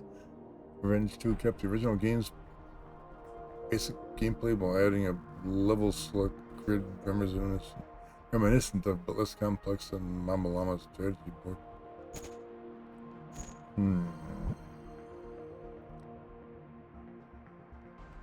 95% in the review.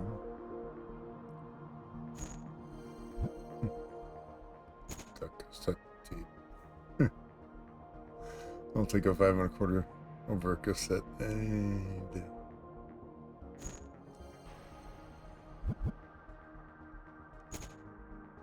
Three out of 5 Llama complexity, Commodore 64, 1987. Once again, take control of a mutant camel and blast your way through waves of enemies, each sandier than the last. Oh no.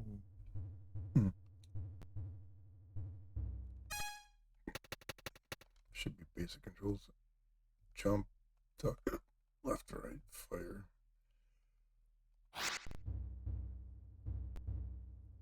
Bum, bum, bum, bum.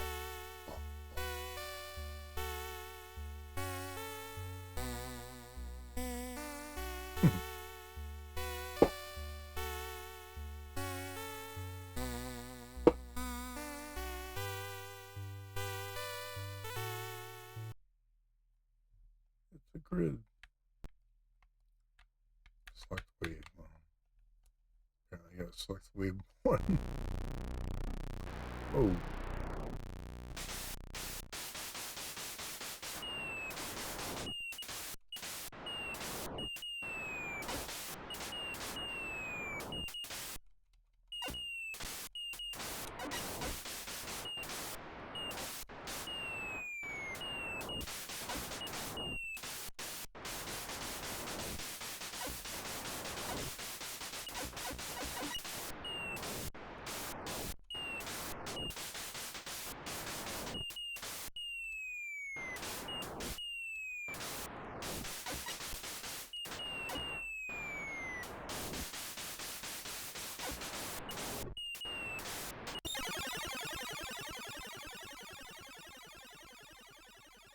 Was it a good thing or a bad thing? I don't know. Ooh, now I can select the wave. Apparently that was a good thing. Let's try this one.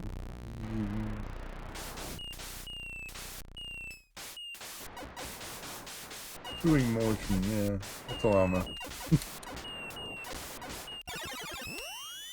Whoop. Oh, man. I turned into a skeleton. Oh, I can't select that level anymore.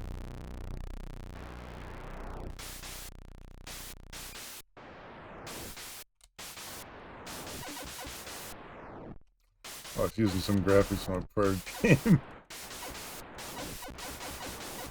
Take that. Come.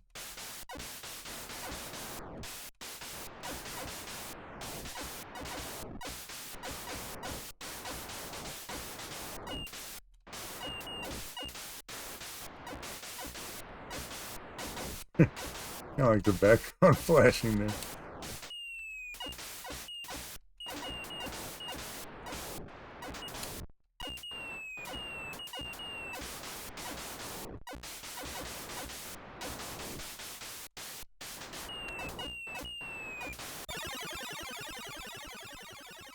I made it. Alright. Camel baby small. Yeah, I don't know what. When you're up in the air and you hit fire, it drops these little smaller llamas. I have no idea what that's supposed to mean.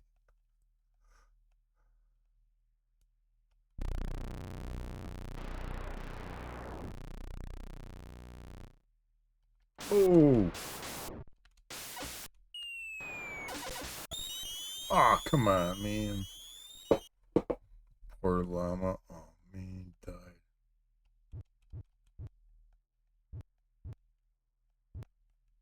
What the heck? I'm trying to select a different screen here, and it's like not doing it.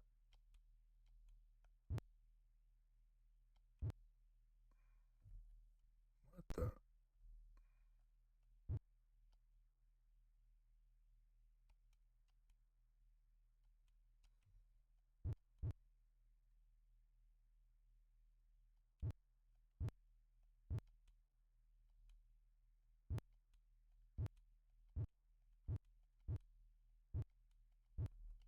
Okay, this is confusing now. That's me to select the weapon. Wait, there we go. Sheesh.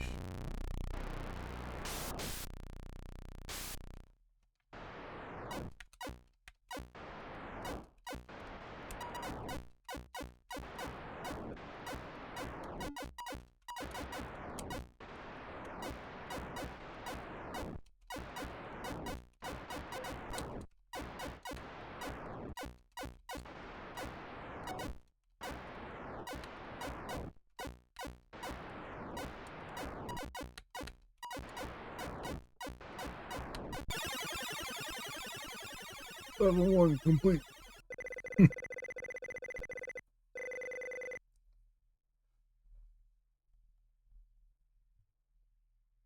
Select a wave.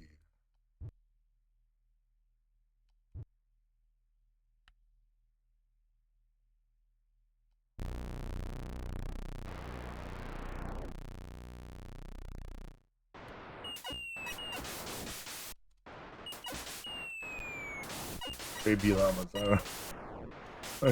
I'm not sure what they're supposed to be. Well, kind of what they look like.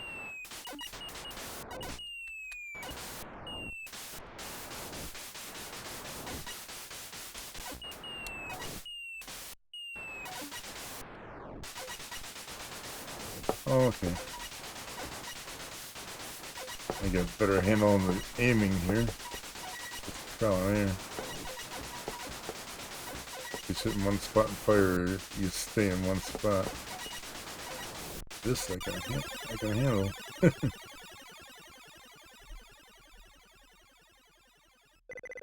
Hey, what's Bender doing here? Select a wave.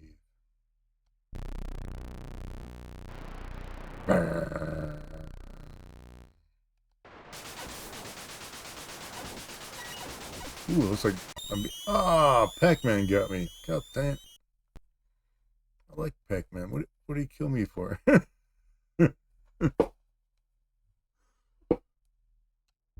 Batman's a bad guy. Pac-Man.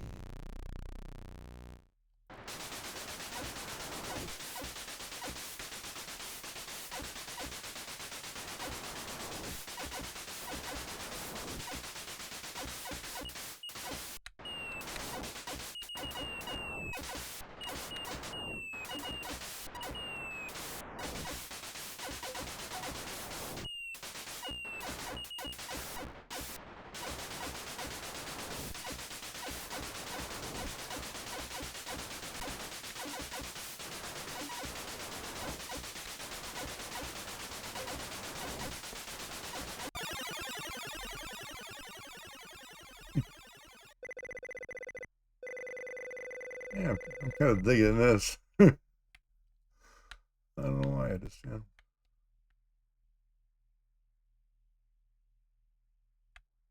Let's switch weapons here. I'm not sure yet. What? Toothbrushes. Oh no.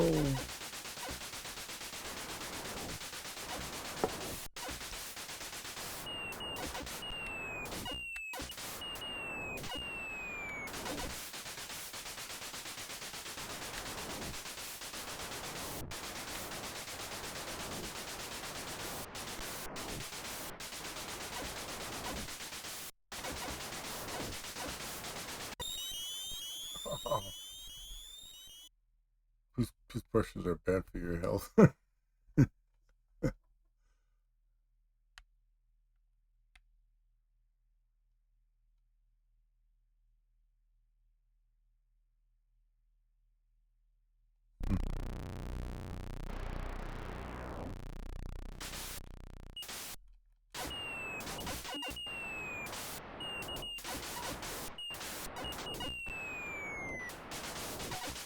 Attacked by books and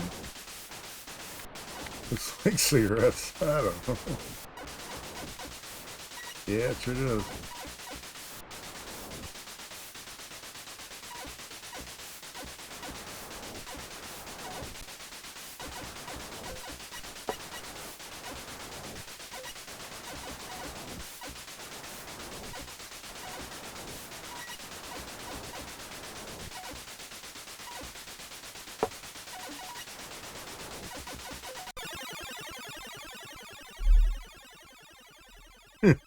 Yeah, when you die, it is pretty good the way you turn into a skeleton.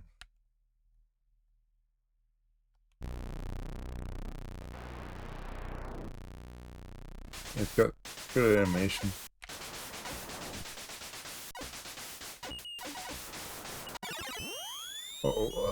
Speaking of animation, oh man, 6% of game completed. Try again.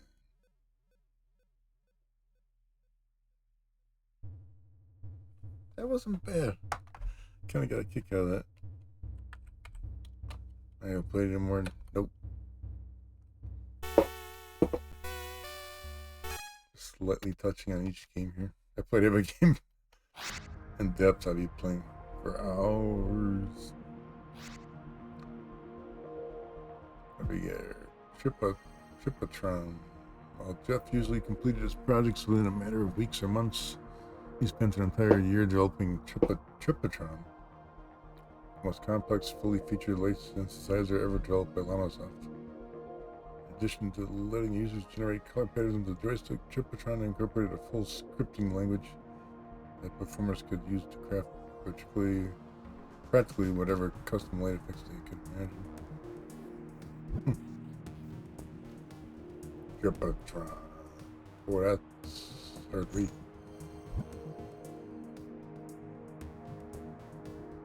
As he was building Tripatron, Jeff worked with music composer Adrian Wagner to create a combined light and sound album called Merrick. Play the video. This is supposed to be the...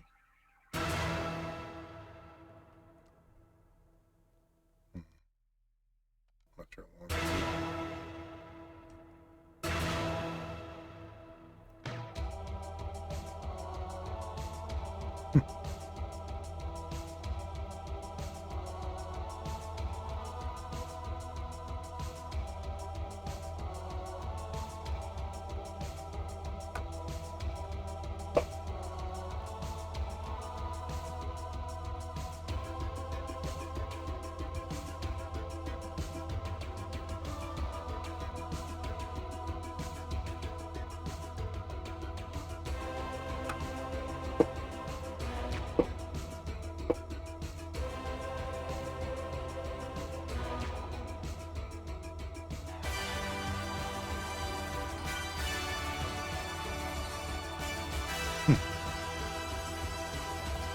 I could definitely see this playing like in a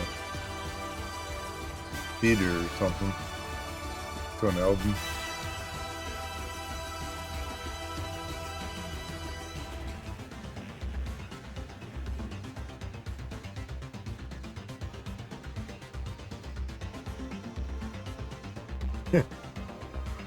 It kind of reminds me of an FTA demo from the Apple IIgs. At least this screen does.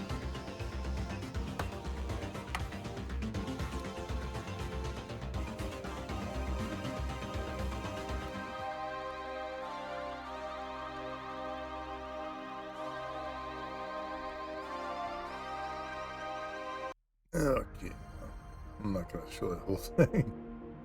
It's pretty decent though.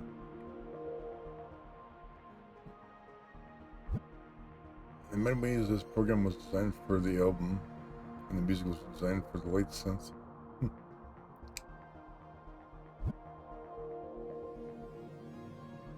Dripping light, fantastic. October 88 article from the Games Machine interviews.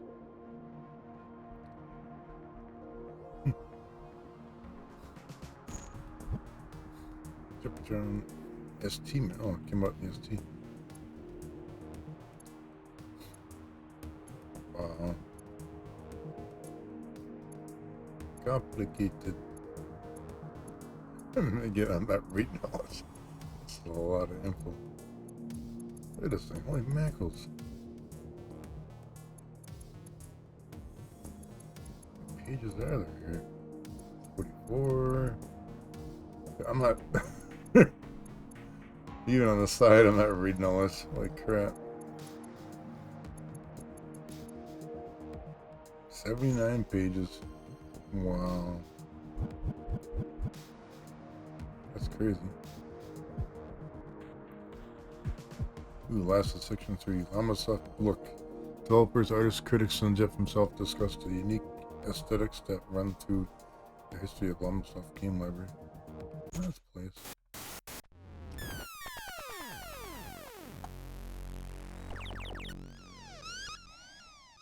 What Jeff Minter has going for him is a style not only inspired by the 1980s, but a look that is inspired by psychedelic art.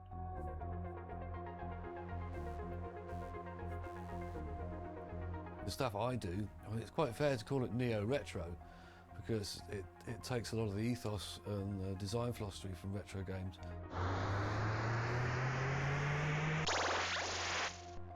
But also we can mess around with lots of trippy new stuff and go crazy with particles and all kinds of effects that we couldn't do back in the day.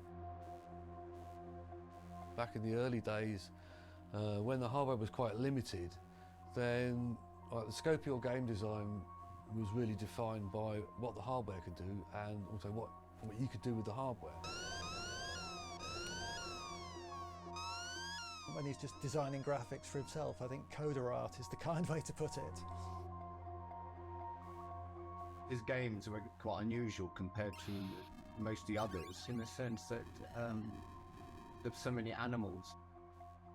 Because he would have the animals doing things and chasing each other or whatever and blasting each other. I mean, it's not like soldiers or anything. It's animals. Creating a new world where, animals are doing weird stuff. I sent him some drawings I'd done of a kind of a half man, half goat thing. And it was just doodling. But I just read Brian Aldiss's Heliconia Spring, I think was the first one. And there was about these two races of this sort of humanoid and this sort of half goatee thing, which and they had I believe it was the sun was called Batalix. So when I did these drawings anyway, and I put them all onto one sheet and I sent them to Jeff, and I gave him the title of Batalix because it seemed to fit. And I think he must have fallen off his chair when he saw them, because he got in touch with me and he said, "Have I got a brain leak or something?" He said, "This is going to be the title for my next game." And I hadn't told anybody. And I think that's what prompted him to ask me to do the screen. Having this sort of space background with ships and things blowing up. And there had to be some animals, And he liked it so much, he put it in the game. While this realist aspect is compelling for him as well, you can see the Salvador Dali there. I was influenced, as I'm sure many of us were, Matthew Smith included, by things like Monty Python.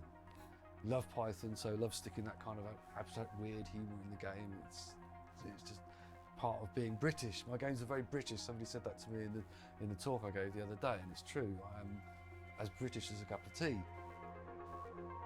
Yeah, in the last 20 years, he's obviously been kind of associated with this rave visuals aesthetic. When that happened with Tempest 2000, when I discovered the visual feedback effects I had in there. And that informed not only stuff in Tempest 2000, but also the stuff that went into the VLM, because that used it extensively. You play the game by Jeff Minter. You're definitely inside his mind. And I think, maybe that's part of the success of Jeff as an artist. You're not only you're playing one of his games, but you're inside his head as well.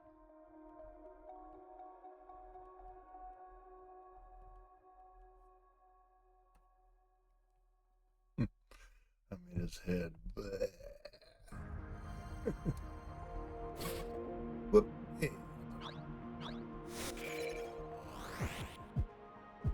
That was at the end there. What's going on, man?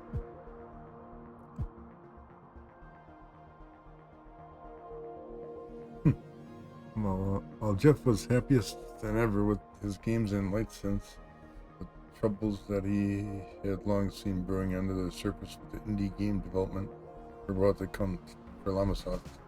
The tempestuous time was ahead. Okay, part 4, or chapter 4, The Tempest. Lost and found. As the 80s gave way to the 90s, times were getting tougher for independent developers as the games business became more corporatized. As the stakes grew larger and larger, Llamasoft's very existence was threatened. For all the consoles. While game consoles from Nintendo, Sega, and others were very popular in the US and Japan during the 8-bit era, this was not the case in the UK, where neither the NES nor the Master System were made significant inroads.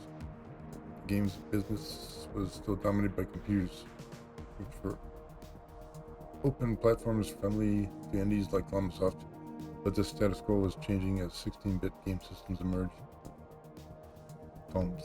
Yeah. Yeah, it's interesting reading that. I didn't realize the 8-bit. Well, they say 8-bit, they talk about the Sega system and the NES, but other stuff did pretty good though. Atari had a decent presence back in the early 80s. The Odyssey Tour, the Slash video pack, and did well in here. Game machines, the first British gaming consoles. What? The first British gaming consoles.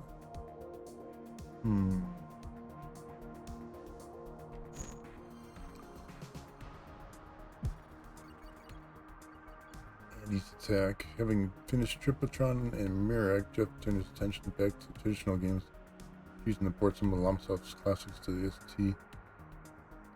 First was a vision of Andy's Attack, Llamasoft's first proper game released in 82.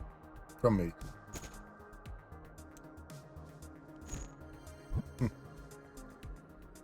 The ST.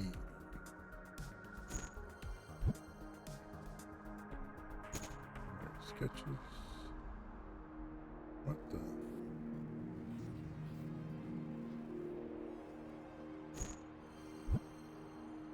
Hope you llama on it. The llama looks pretty nervous.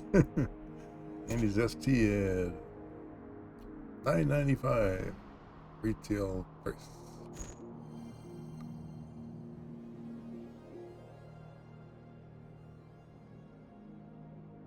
Yeah, I mean it goes both ways as far as underdog stuff. Because some stuff did well in the UK and didn't do well here at all. I mean, prime example is the Spectrum. I mean, Tommy Sinclair tried introducing it here, but it did not work. Not really. I mean, the Commodore 64 was a big winner back in the early 80s.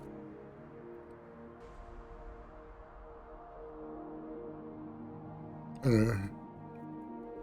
mean, there was a lot of computers that released in the UK that some tried to release here and they did not. They weren't successful at all. Yeah, I gotta admit, for retro, there's a lot of streamers in the UK. I don't know why. This is, at least from what I've noticed.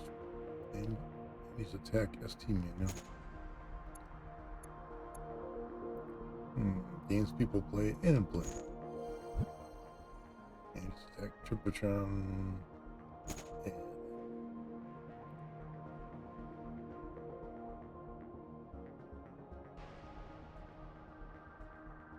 no, the Atari ST was the same thing here.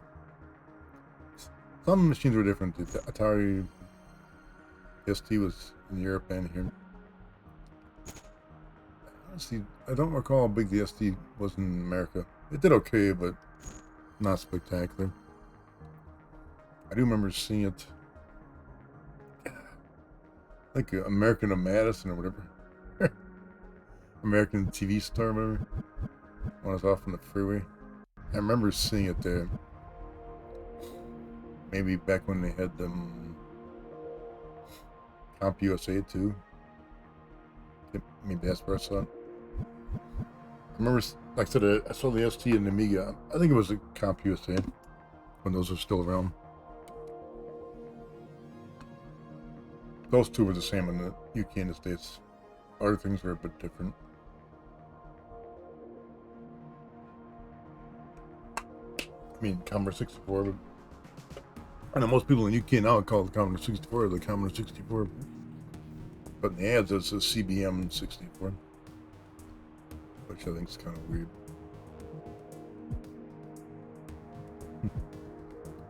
Ooh, next game, Super Grid Runner.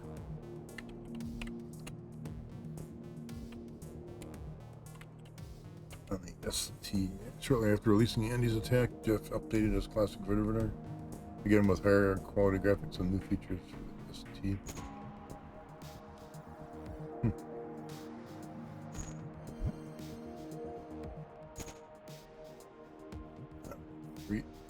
Three and a half floppy.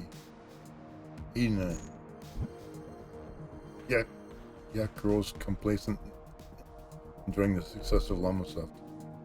The nature of the games market is changing. Companies get larger and more serious about business. Even Llamasoft began to find it increasingly difficult to get distributed, but unable to match the advertising budget and prolific output of the new software corporations. Let's try out Super Grid Runner here. 2 out of 5 Llama complexity. REST 89.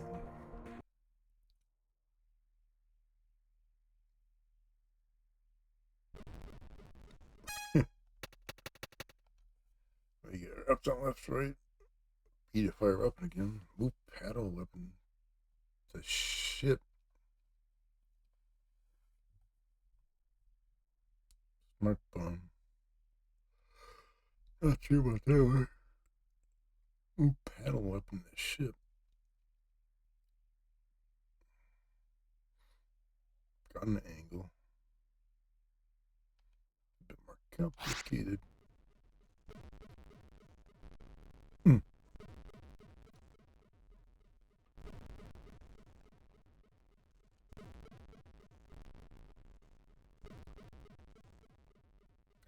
Press the button, me.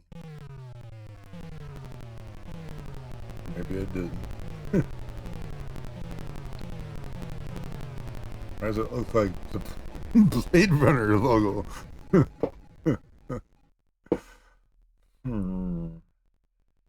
82, 89 Llamasoft. Rip off, damage your karma. How you start this damn thing? Okay, I'm pressing all the buttons on the control pad here. What the hell? Restart or pause screen.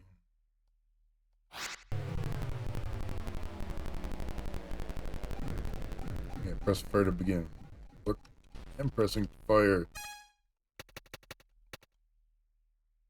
Fire weapon B. Press B and I get. Why is this not working? What the? Press these buttons to change level. I don't want to change level.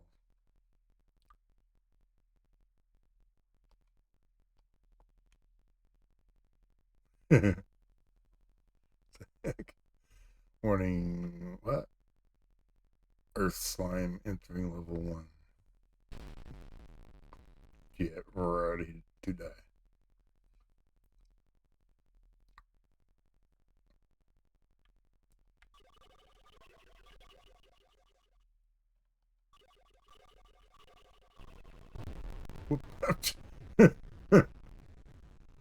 Easy for beginners, and I die right away. What the heck got you, scumbag? What? Alrighty. Hard thing here is that the ship's so big.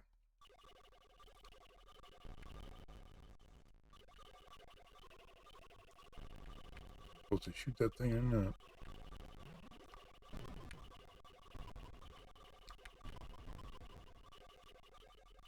Apparently not.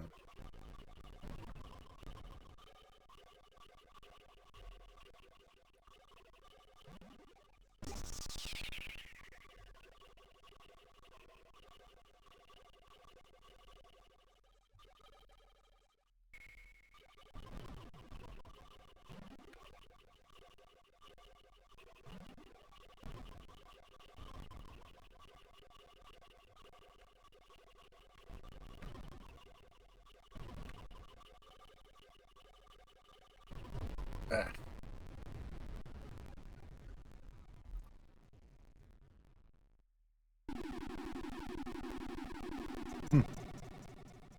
So far, not super impressed. I mean, it's good runner, but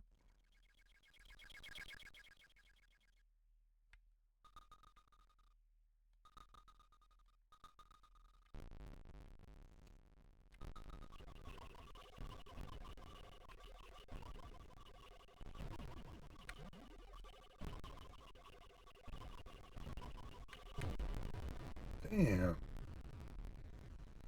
getting careless here.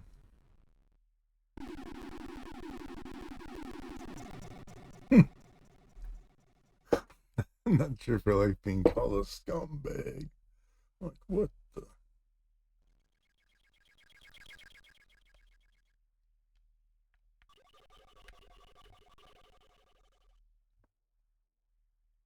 Where's the enemy? There it is.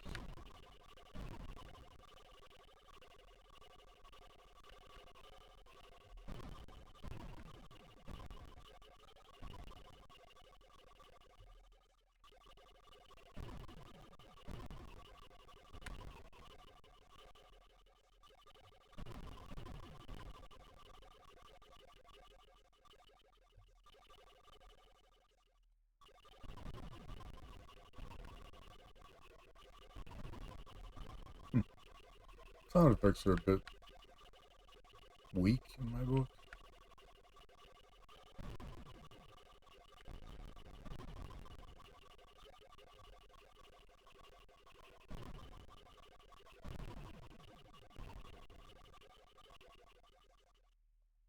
Snakes can come from all... what? I didn't quite catch that. Oh! Right into it.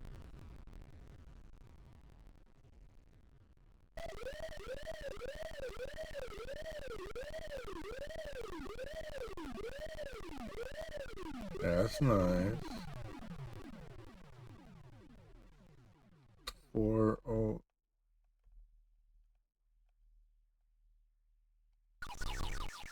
Whoop, what the? It's definitely made for a mouse.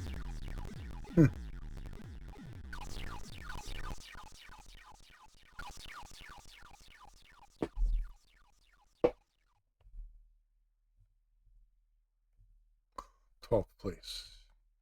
Yak the Harry says, beat this. Let's do this one more try here.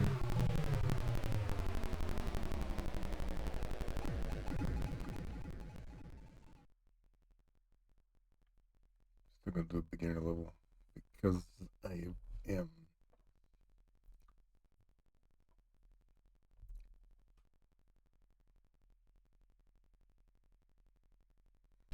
Ready to die.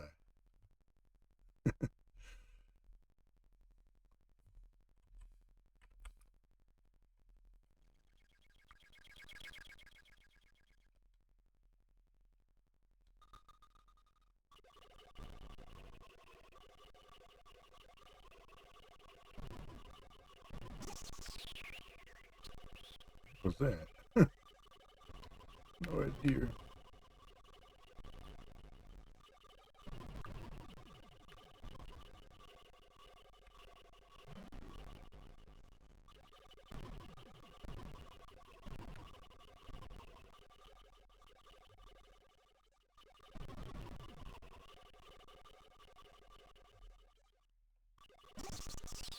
Whoa. Am I supposed to catch those things or what?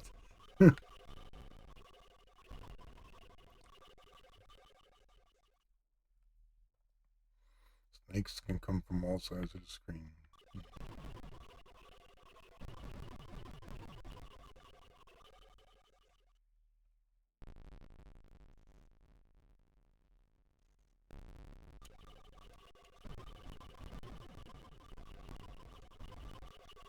Oh, wow.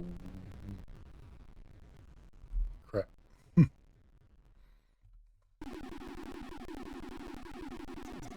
You're a scumbag. Don't call me a scumbag.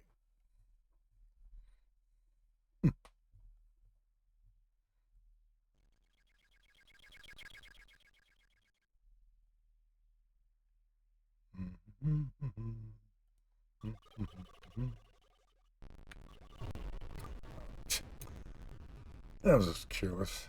Right into it. Yeah, I'm a scumbag. I get it.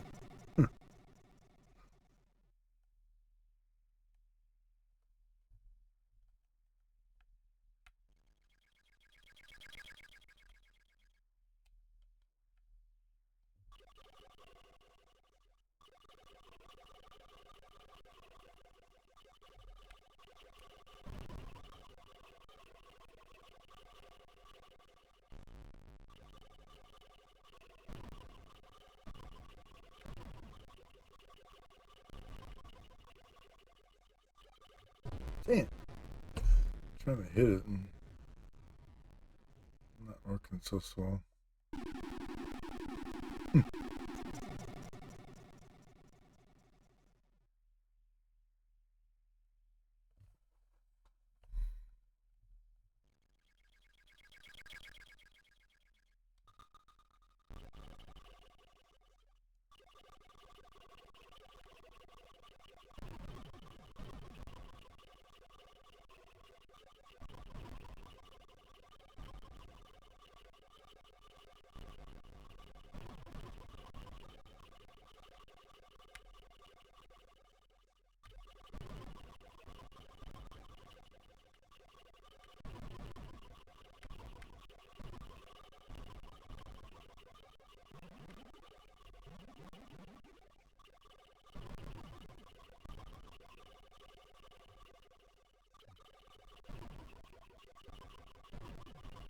It's, besides not being familiar with it, this is kind of a bit easier than the original Gridman. At least in some ways.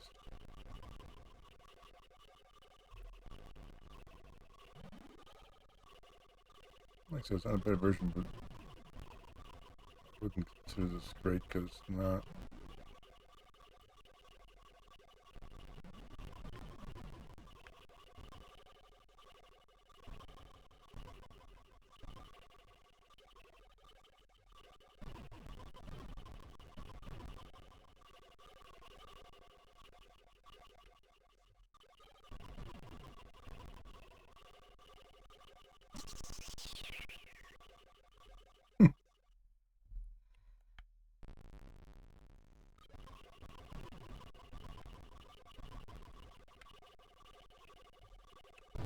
Oh!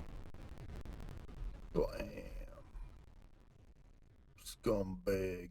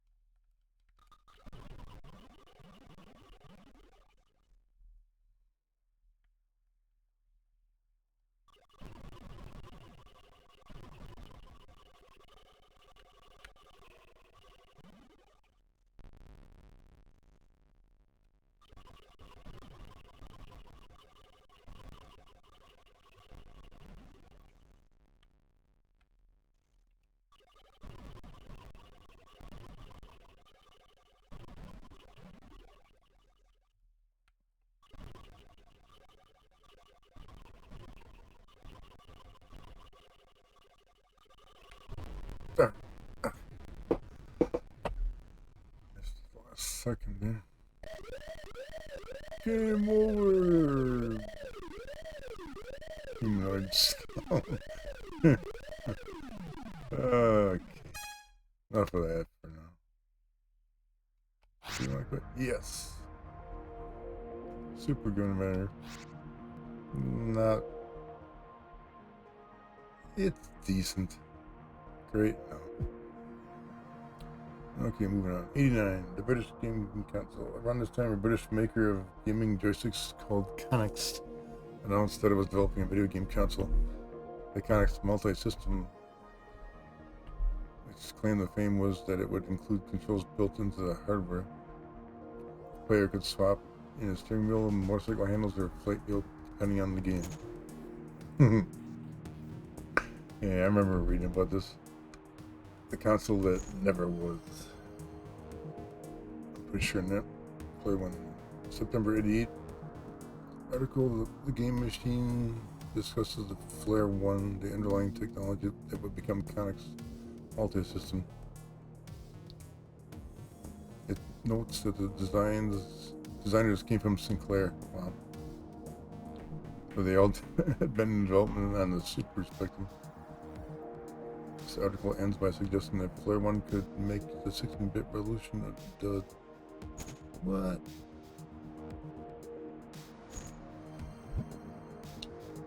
In November 88, Flare technology was powering the upcoming new system from Chronicles. Chronicles console. It's brilliant. This game's in 3D. What? An update on the as yet unnamed Chronicles system. In January 89, an issue of Games Machine discusses more details about the types of software it was said to run. Coincidentally, the same page also carried a story about Atari preparing a game console based on technology of the ST computer, which never shipped. Other than that, Chronicles multi-system was only mentioned in overseas gaming magazines. As an odd footnote, there was a great deal of enthusiastic coverage in the British gaming magazines of the time. Chronicles. Oop. One image there. What the hell?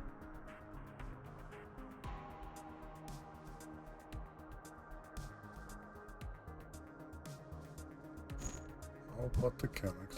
Writing an article on Game Machine magazine in April 89 states that the multi-system will be available with 15 games that August. Can't wait to get in there and start blasting. Check the con. June 89 article is slightly delayed.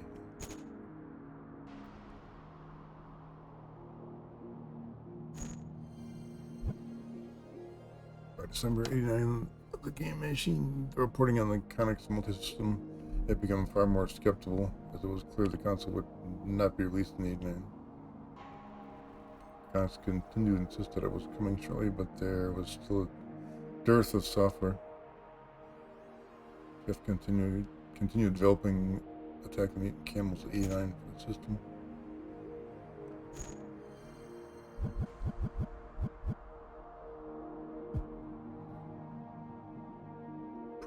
Photon Stun, with sales of independent Llamasoft games dropping in the Chronicles system nowhere to be seen, Jeff takes Llamasoft into a new territory, producing games to be published by Atari.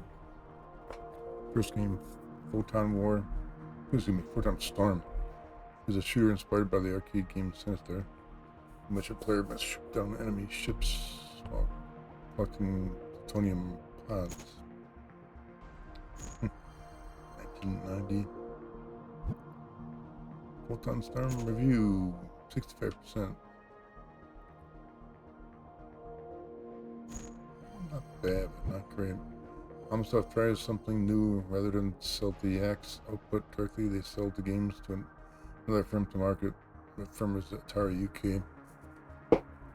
Axe does a couple of games for them, but the sales are not enough to prevent a steady erosion of the resources acquired during the golden years. The Act begins to be worried the Act is losing it.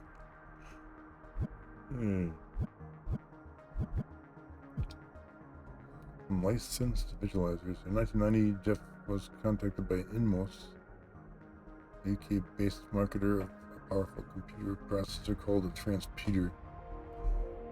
He wanted to show off the capabilities of their chip with a real-time light display set to music. Jeff created the first virtual light machine, or VLM. Unlike user-controlled license, the VLM automatically created visuals. Okay, that's cool. Finally got one that actually went to the music. Which is cool. VLM was the beginning of a series of music visualizers that Jeff would design for Atari Jaguar, Nuon, Nintendo GameCube, and Xbox consoles. Huh. I don't remember the GameCube had one. The Jaguar didn't have much, but let's check it out.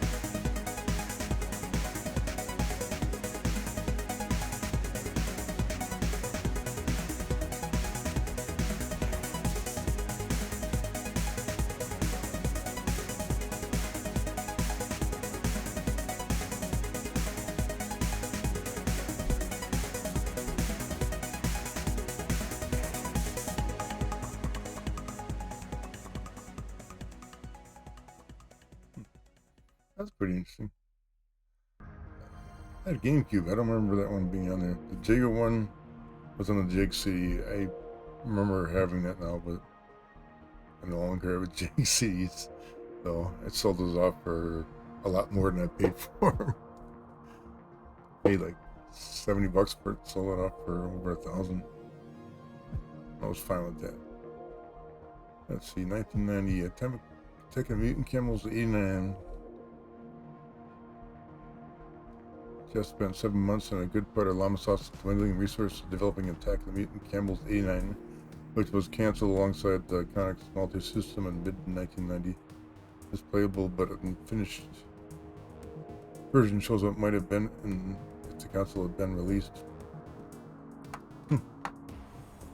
They actually got a partial game going.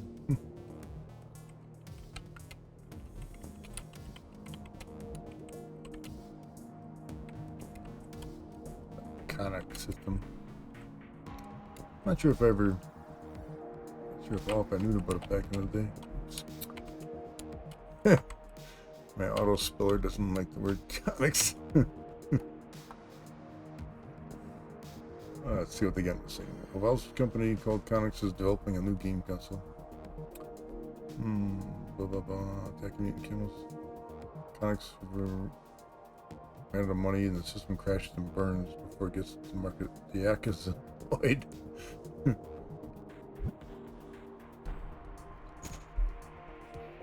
Yeah, it's got stuck creating a game for a console. Spending time and money on it and it dies out.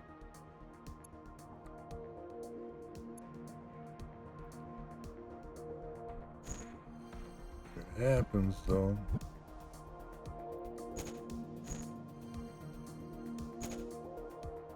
2 out of 5. Llama complexity.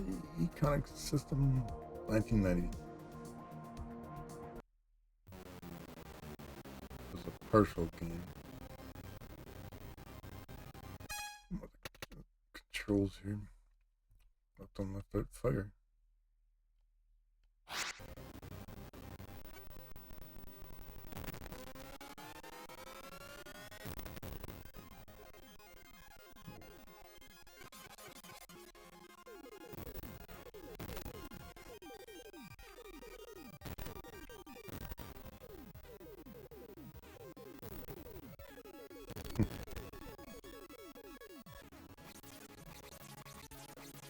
It's kind of cool the way you can change weapons.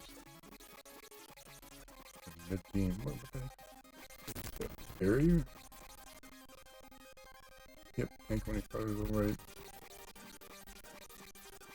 That's basically kind of a demo. I don't think the game never got completed. Whoa.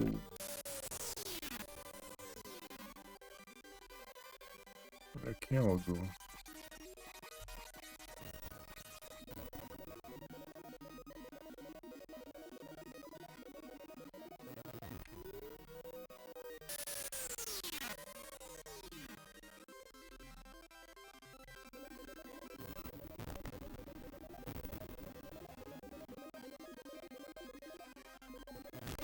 Whoop. That camel.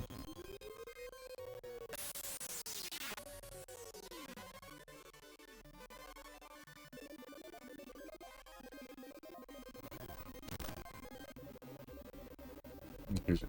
Kind of confined to one area in the center here. But the camel's launched. Where is it?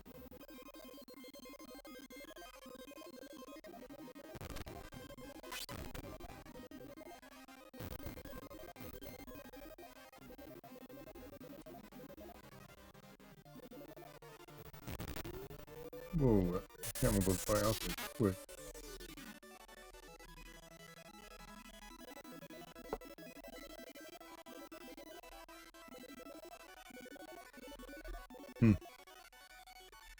It definitely kind of shows that it's an unfinished game.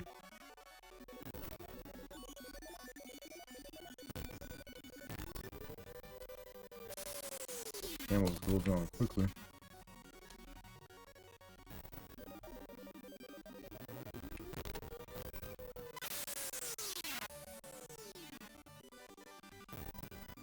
Can you die this thing? Yes, that's a demo. That's about as far as it gets.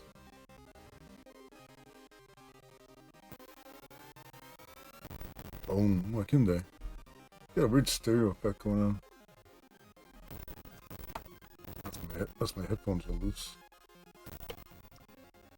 Well, it's interesting for what it is. It's not much to it though. It's not finished.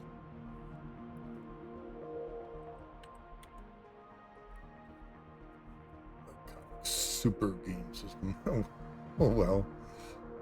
Atari Panther. Following the demise of the Conic system, Atari UK also decided to attempt to break into the wide open British console market with a 16-bit system called Panther. This is based around the same Motorola 68,000 processor that powered the Atari ST. Jeff got an early Panther development kit in 1991 and worked on some demos, but Atari canceled the console that summer. Yeah, precursor to the Jaguar. It's kind of similar looking setup. Well, That's the second time I've been working on a system only to have it shut down underneath me. At least this time it hasn't cost me much except time. Pity the Panther was good. I had some wicked demos that were coded when the axe fell. Shareware by the early 90s, indie developers like Apogee, Epic Mega Games, and id Software were finding success with shareware, giving out games for free and then asking users to send money for future episodes. Shareware distribution had not been tried as much in Europe, but Llamasoft was out of cash and out of options. Whoop, Didn't mean to do that. Get back over there. Where was I? Shareware.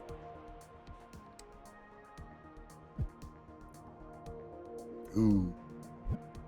Llamatron 2112. Should definitely want to.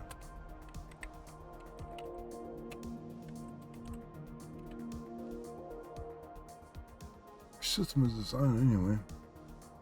Llamatron 2112, inspired by the classic arcade shooter Robotron 2084, Llamatron 2112 was the first Llamasoft title to be released as shareware.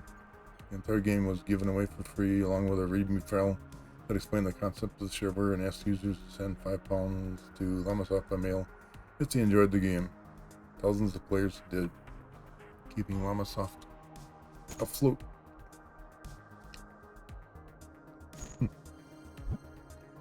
The Yak is surprised. The game does extremely well. Atari ST owners pay up in droves, and although the monetary input is insignificant compared to the VIC-20 days, it is sufficient to keep the corporate camelid head at Llamasoft above water and ensure that Velocity, the prettiest sheep in the world, does not run short of digestive biscuits.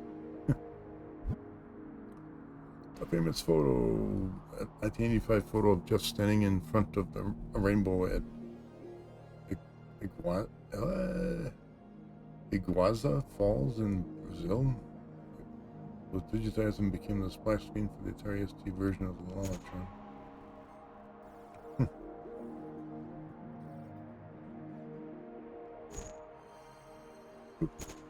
Two images. Okay.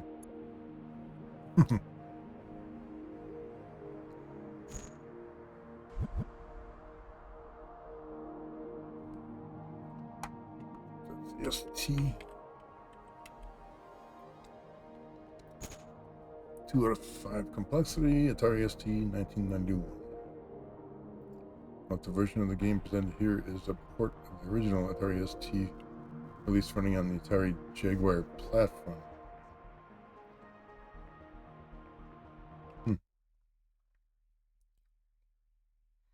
Llamasoft. Cool logo.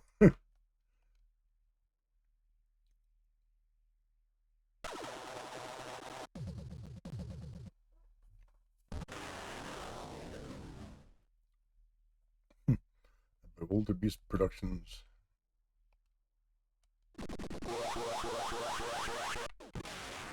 Whoop. As the game is going to okay. This is a very familiar setup. Ooh, save the llama, save the save the llama, but don't run into stuff.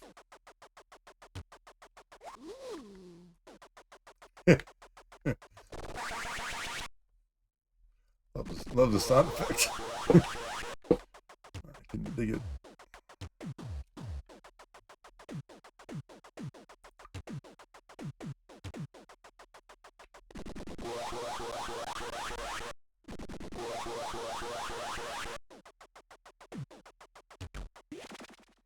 This is cool.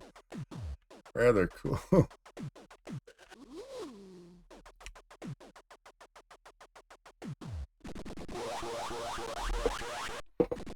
No, it's not Berserk.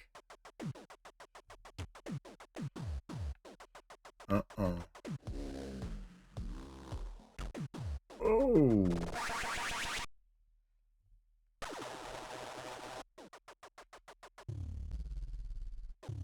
Oh.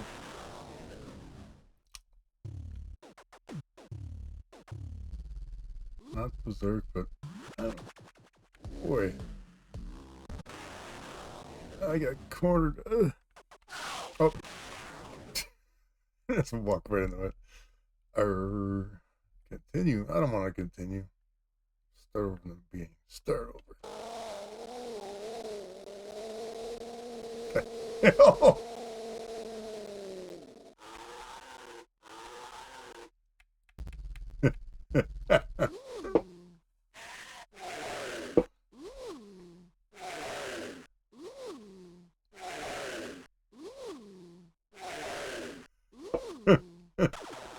Oh my god. I love the sound effects. This is a good game. Hell yeah. It just is.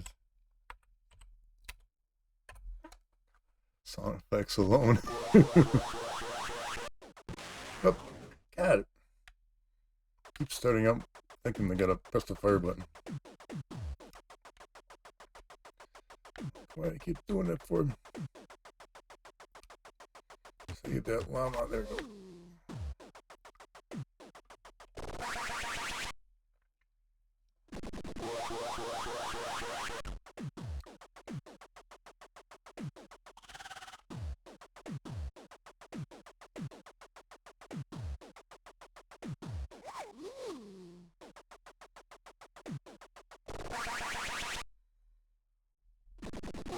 In case you're wondering what it's close to, it's Robotron, not Berserk. Robotron, what was it, 2084? I'm blanking out at the moment.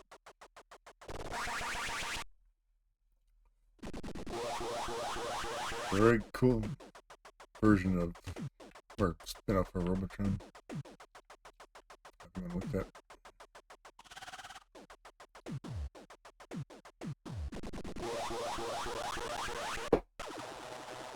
Robotron, you know, dual stick shooter.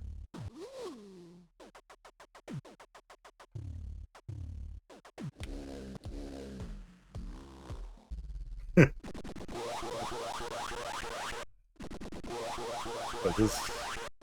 this is just too cool. This was shareware. I'm like, really? I would have sent them money. I would have sent them more than five pounds for this. No, no, you're thinking of Berserk. Berserk is the one that would say chicken fight like a robot. God bless it. Keep running into stuff here. See if the beasties don't. Oh!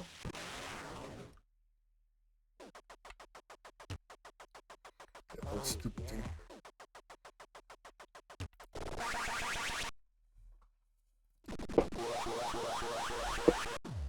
Oh man, I'm being attacked by hamburgers. I like hamburgers. Yeah.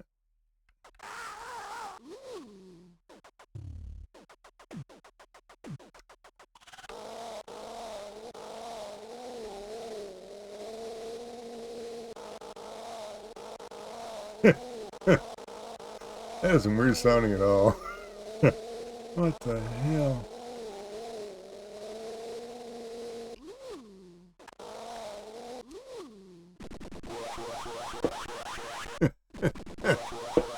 Oh my god. This is kind of tough, but I'm getting a huge kick out of this game. Oh man.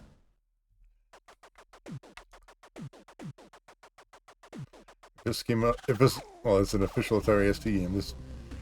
At the moment, this is my favorite ST game.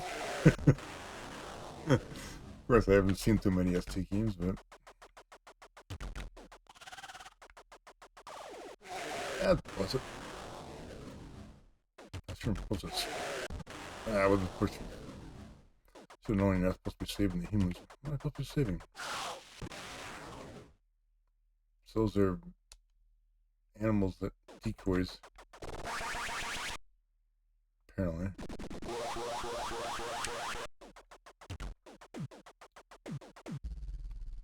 Shooting sheep? What the? Oh. So much going on. I'm sucking here.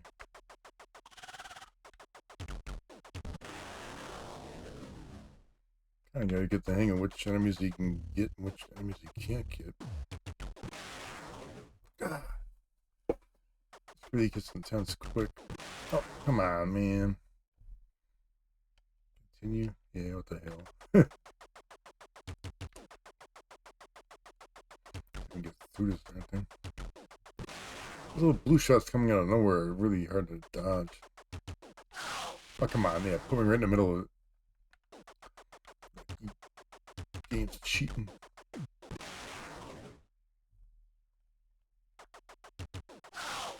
Okay, now it's getting ridiculous.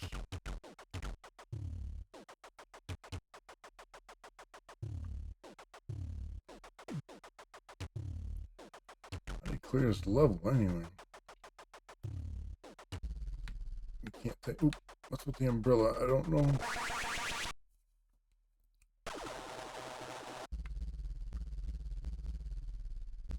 Cherries.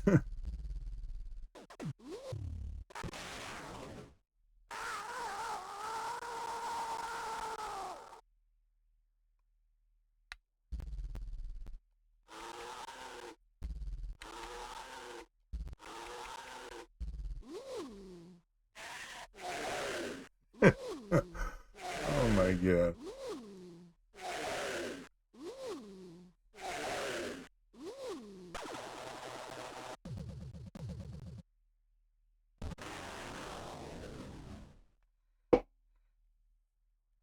Very, very good game. Wow. Of course, I was playing on a Jaguar, but still the ST game. Of course, if I was playing on a Jaguar, I mean, I assume somewhere out there I can get it on a Jaguar. That was just cool. Oh, damn cool. I could play it some more. Ooh, I mean, on a stream just kind of by itself. The shareware game, but distributing Llamasoft 2112 as shareware not only solved Llamasoft's distribution problems, it also inadvertently brought Jeff and his army of fans even closer together as they rallied to keep Llamasoft afloat with donations. Video time. As the 16-bit era advances, we were having difficulty getting our games distributed. We'd always relied on getting into distributors to go to WH Smiths and that kind of thing. That was how we sold our games, and we sold some mail order, obviously, but most of them at retail. I loved Robotron, so I'd been working on the Llamasofty style Robotron game, and as I was getting fairly near to completion, I felt it was quite a decent game. And I rang around a few places seeing if they'd be interested in publishing it, and nobody was really interested in it. There wasn't really any market for my type of games. This fun scene that we'd started out in it wasn't like it was disappearing, but it was mutating into something else. It started getting more commercial, and then you had like arcade licenses became more prevalent than film licenses, and then you needed to have more marketing to get into the magazines, and then the distributors would only take you if you had so much of an ad spend every month. And it seemed to me that if you wanted to stay in that scene, then you had to become something other than what you'd been before. And I didn't want to become something other than what I was. And I think I was just being stubborn, basically. I didn't want to give it up. So I'd heard of this thing called shareware. In the early days, shareware was very pure. You actually gave the software away complete, and people paid you if they were getting the value out of it. And I just thought, why don't I try doing that? I got in touch with SD Format, and they said they'd put Llamatron on their cover disc. And so I wrote this famous text file which I put on the disc, where I basically explained the concept. Here is the full copy of Llamatron. If you like it, then pay us a £5, which was also considerably lower than the price of software, which was about 15, 20 quid for a game in those days. And we'll give you a copy of Andy's Attack as well. We weren't the first people to do it by any stretch. It was being done quite a lot earlier in the US, and there were certainly other people doing it in the UK. but I think we were one of the first to be seen to be doing it.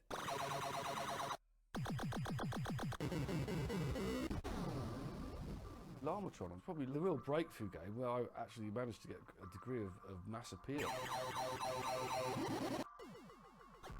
That was a big stepping stone for me in terms of understanding what motivated Jeff and his kind of genius in video game development, really.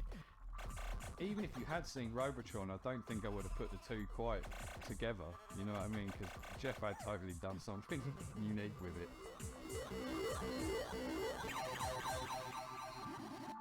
Robotron was a ruthless arcade game, and I wanted to make a game that was kind of Robotron-y but was more accessible.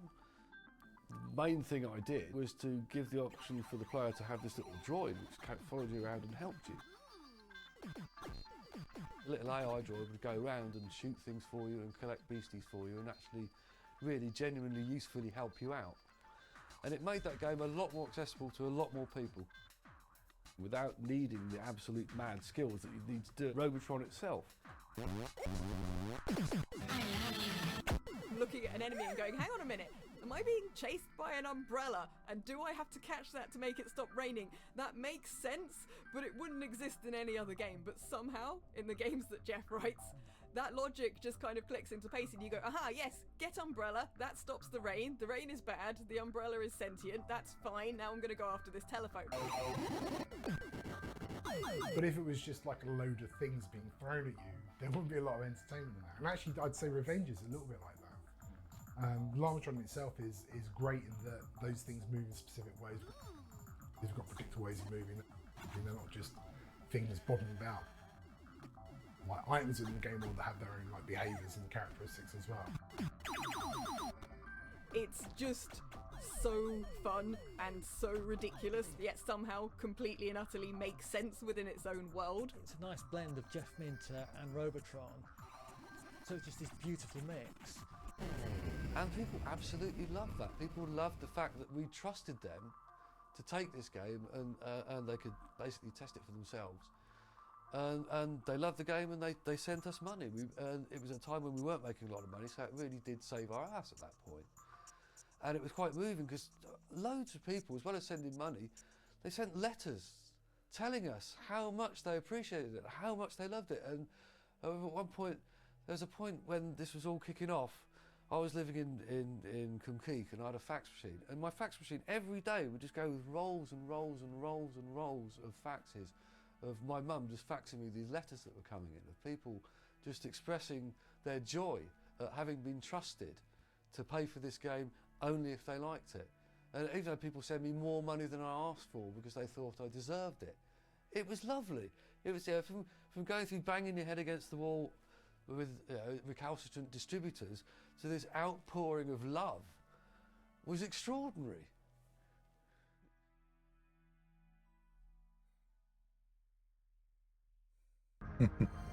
That's pretty cool. Love, love, love. So we get Revenge of the Mutant Camels ST.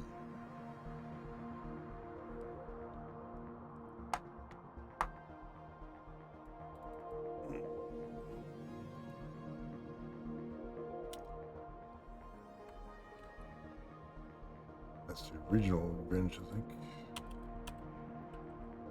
Section. Okay, with the panther having gone extinct and the jaguar far off in the future. Not that far. Wow. Jeff went back to the Atari ST, developing a new version of Revenge of the Mutant Camels. Like Llamasoft, this was also released as shareware with users asked to send $5 or £5 to Llamasoft if they enjoyed it.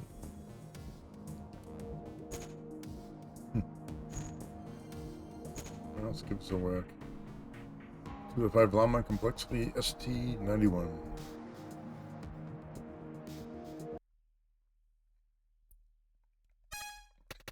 Controls here. Jump, tuck, left, right, fire.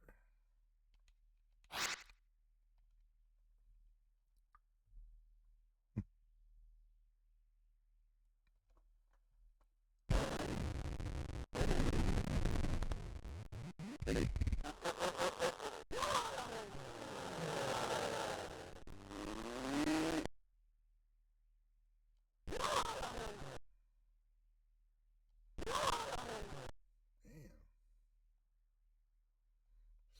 CPU assist 2-player.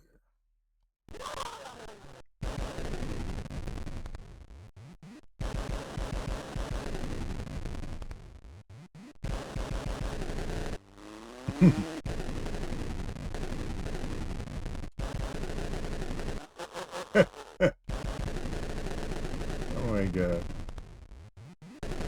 Trippy.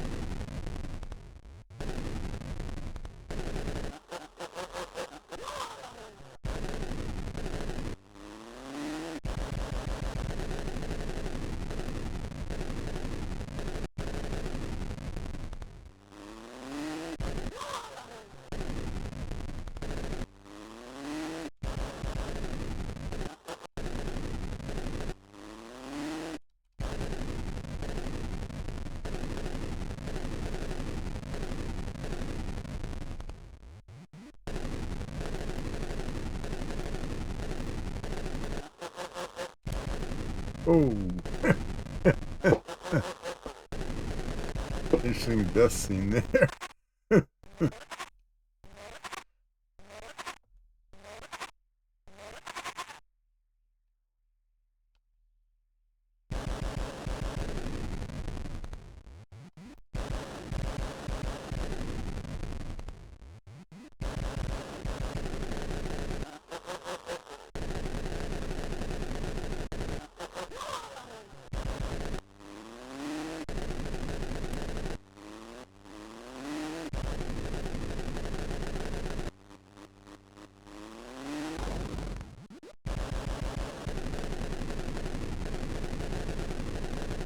Oh, wow.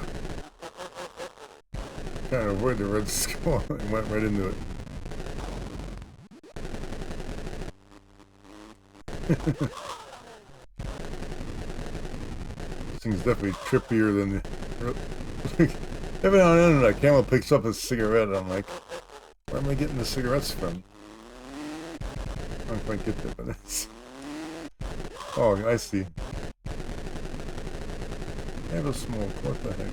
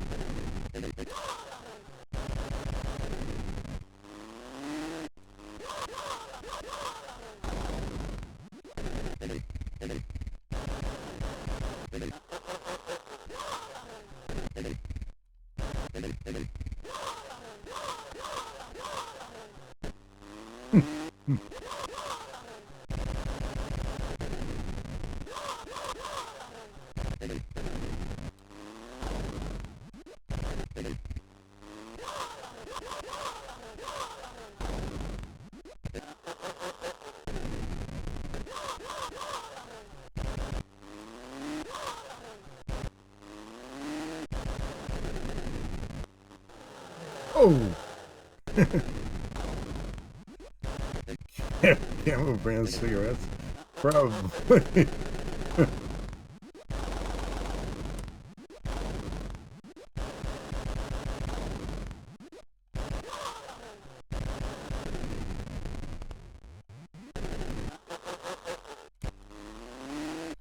Couple of canes. Oh.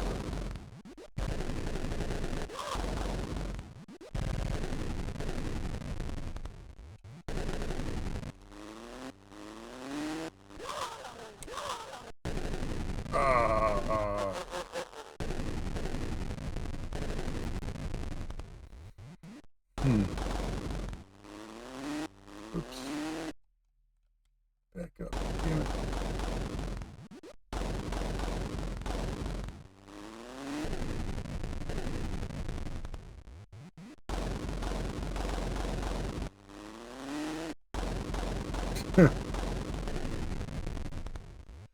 Sound effects are just crazy. Oh, I got high score. That's species. What is that bidding, old great one? It's better than calling me a scumbag. Oh man, you just can play the select options. Okay. Play another version. Should I play from if I do from reset point, it's gonna ask for the initials, which I don't have. Back out of the screen.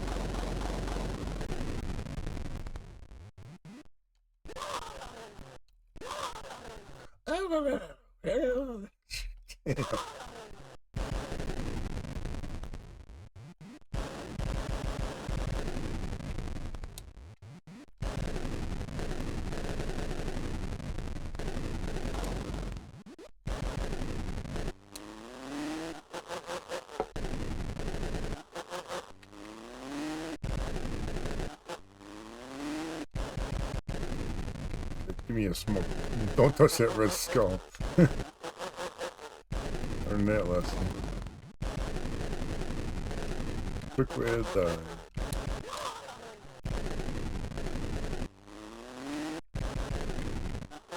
Oh no! Damn it! Red skull right on top of me.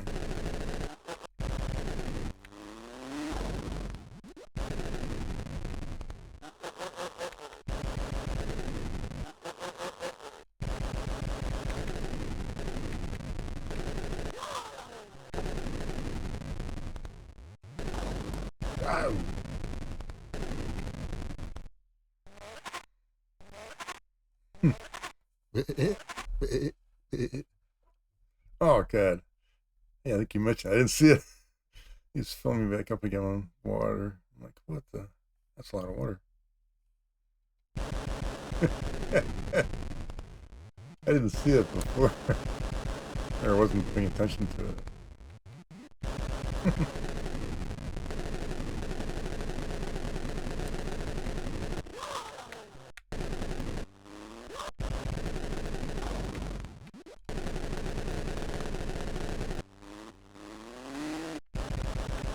Don't touch that red skull, man. Don't do it. Can I shoot that stupid thing? Nope. Ah, no. I hit another one. Rip.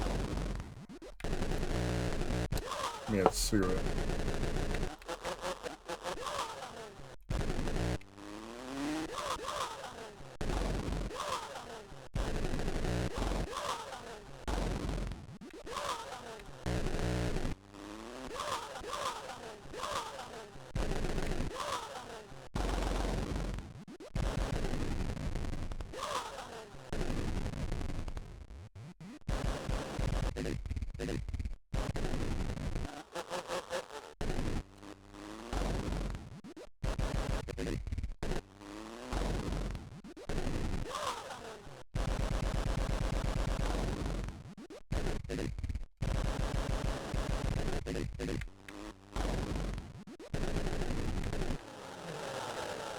Man. Got overwhelmed.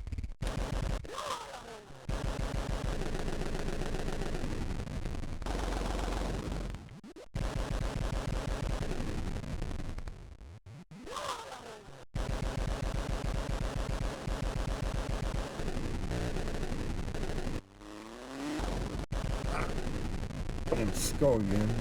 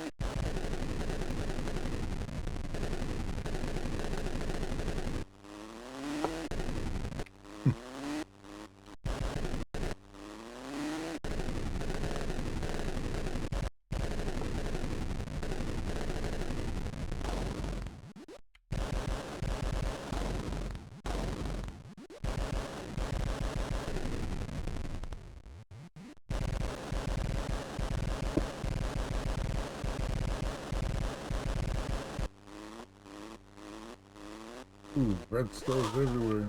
Yeah. Oh man. I have no idea what hit me.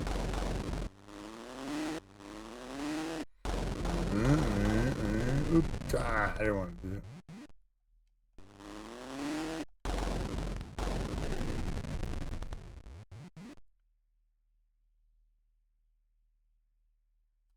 Interesting game. I kind of rather like it. I wouldn't say it's outstanding, but it's pretty good, damn good. I'll leave off game there.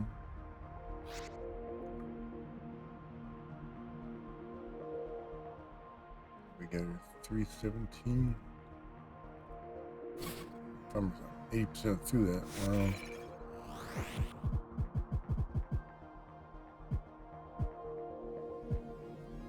Atari Jaguar, released in late '93, Atari's final game console was the successor. Atari's final game console at the time was the successor to another machine mentioned earlier in this timeline. Yeah, the Panther. Nope. Chronicles multi-system, which is based on the Flare 1 technology, while the Atari Jaguar was actually the Flare 2. It wasn't based on the Panther? Wow. Something I didn't know. 232-bit processors leapfrogged the 16-bit technology on the market, but in the end it was not a commercial success. So yeah, they had financial problems and marketed it poorly. Tempest 2000, widely considered the best game release for the Jaguar. Tempest 2000 was a perfect marriage of Jeff Venture's two loves: trippy light synthesizer style effects and arcade shoot 'em up gameplay. Excellent game. You know, I think how much probably got. Oh, there's not much left. Wow.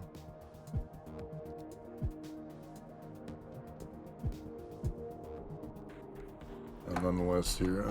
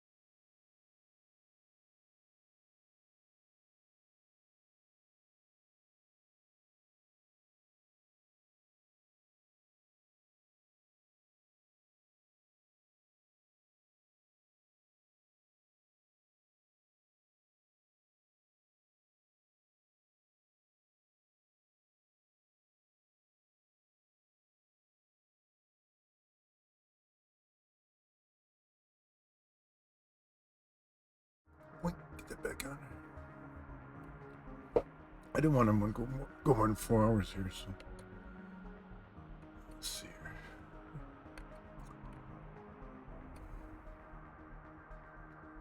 320.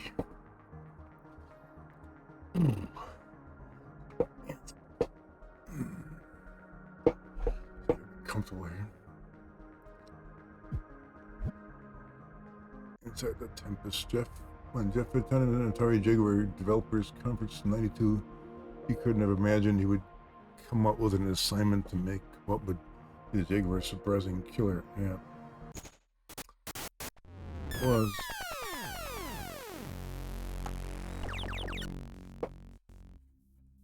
I think Jeff has a fascinating history with Atari. There's no escaping the fact that Atari have been an incredibly important part of Jeff's career. I mean, obviously Jeff has a huge soft spot for Tempest.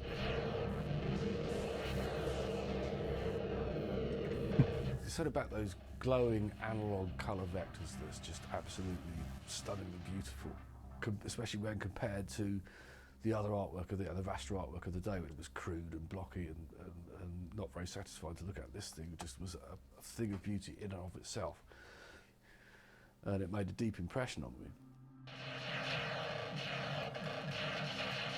Tempest was a game which never really made it over to the home systems of the day. You could have Donkey Kong and Space Invaders and all the rest, Pac-Man, all those made it out, but Tempest was something special that never actually made it through. When he had the opportunity to work with Atari, and they said, who wants to make the next Tempest game? I mean, I'm assuming he was just there at the meeting just going, me. I was at a stage where I had a pretty friendly relationship with Atari in the UK and in the US, really, and doing some stuff on the ST that got me into the Jaguar on the ground floor, really. I went to a Jaguar DevCon, and then got developers to come along and hear about it. And they said, we've got various IP we'd like put onto the Jaguar. We'll read out some names. If you're interested, stick your hand up. And they said Tempest. I thought, Tempest? I stuck my hand up.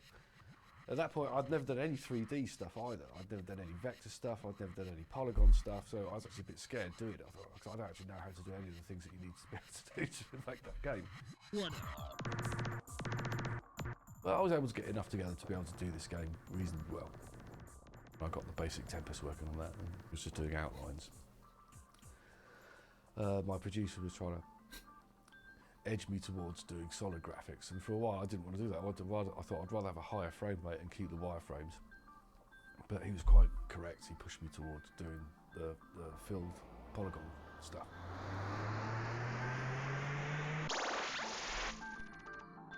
I had to admit, when I put the filled polygon stuff in, it did look a lot better. I think Tempest 2000, there's a lot of firsts in there for him that have stuck with him that are characteristics and signatures of his style. And technical stuff like feedback. I discovered the visual feedback effect I had in Tempest 2000. Quite by accident, one Monday morning, I'm getting up sitting at my breakfast table and thinking, what would happen if I plugged the output of the blitter back into itself?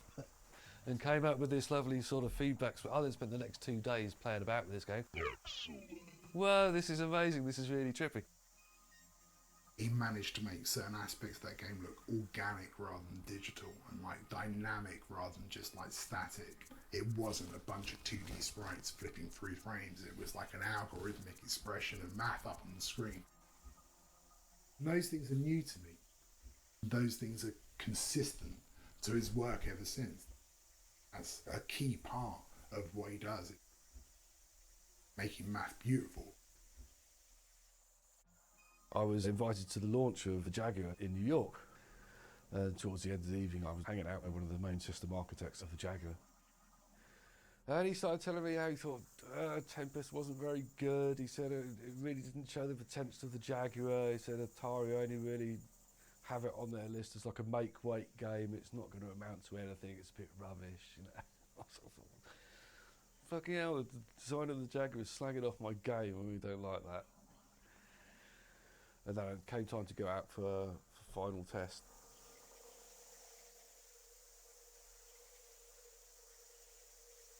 I can't remember which show they were coming home from, but they said the Tempest 2000 won Best in Show at some big exhibition. I went, what? And I thought Atari really didn't think that much of it. And then suddenly it was like, wow, yeah, actually they seem to be really liking it. And yeah, so then it came out on the Jaguar and people didn't hate it. Yes! Yes! Yes! Yes! Nobody can do Tempest better than Jeff. Tempest 2000, that was the flagship game. That was the killer app. Like, if you had a Jaguar, you had to have Tempest 2000. When I got that game, I literally just played it for weeks and weeks and weeks and fell in love with it. And having things like the helper drone as sort of like a slightly easier mode to ease you into the gameplay means that you can kind of explore what it is about this game without really needing a huge amount of instruction. It just basically is the perfect thing to create a game that is very addictive, very rewarding without being too tough but still incredibly challenging. Super Zapper Recharge. Jeff took the idea of Tempest and turned it into something that was so much better.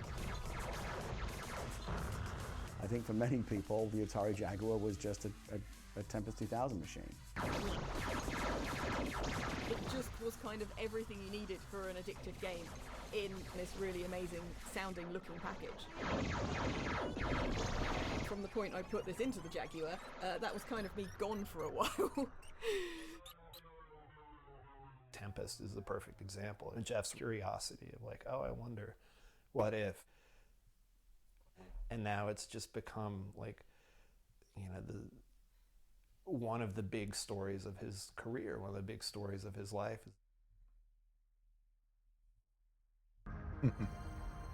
Cool stuff.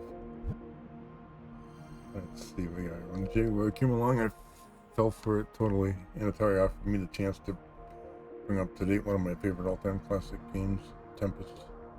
The results, most people would agree, weren't too shabby. So Atari gave me the shot I needed to complete my return from the wilderness and back to the mainstream. 2000 ad. Do the math. I remember that big thing. It's 32-bit. No, it's 64. Who cares? It was so cool. Thanks to Atari giving me that break. The name of FIAC is known by people who have never had a 64 or ST. And there are a few more people on the planet thinking about llamas. I'm sure if I'll play it right off the bat. I'm curious what's at the end here. He's burned at 2-1. I'll come back to Llamasoft later years. Today, Llamasoft is a two-man operation. Jeff's partner and co-developer Ivan Zorzin has been instrumental in keeping Llamasoft games following in an increasingly complex gaming industry.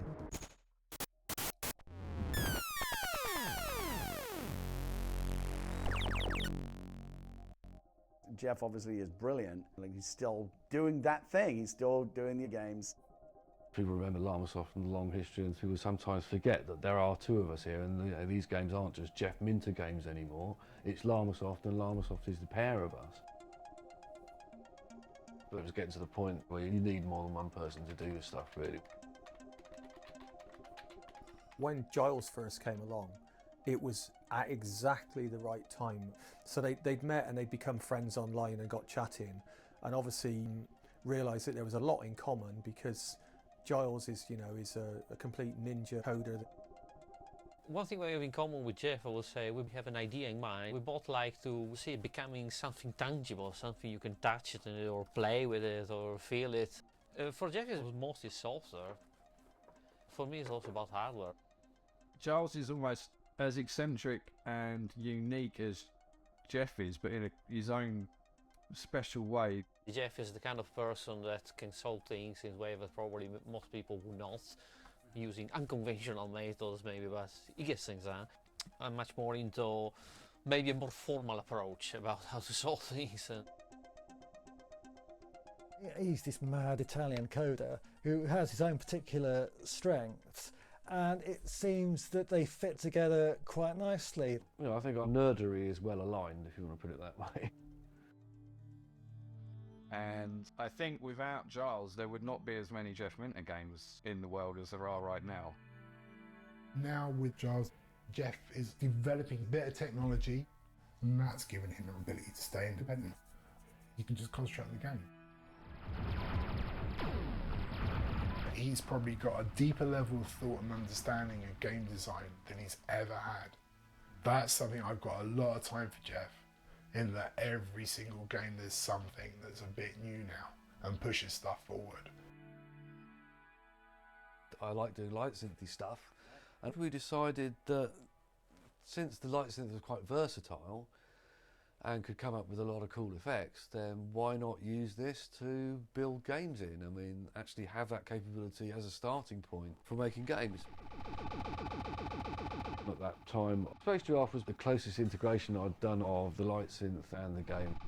The game was literally sitting inside a visualizer effect for all the levels, and I had a very specific design objective to use the psychedelic visuals in the background as part of the difficulty of the game. So basically, it started to become, if we were more correct to say, a framework. So we called it the Neon Engine.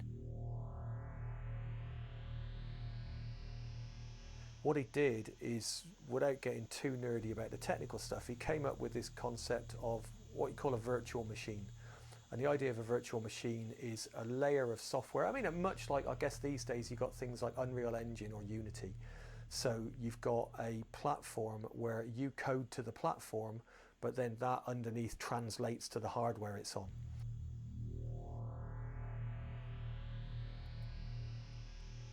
And it makes my life easier because I just code to the Neon Engine, and he makes sure that it works no matter where it gets deployed.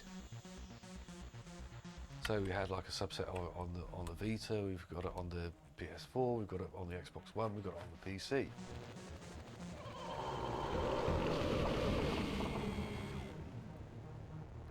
He's not created like an engine that just does one thing. He's created an editor that allows him to make very varied things, which is great. It's in Space Giraffe, it's in Grid Runner Revolutions, it's in every game since then as well. That's like the engine of what he makes today, like in a real literal sense as well.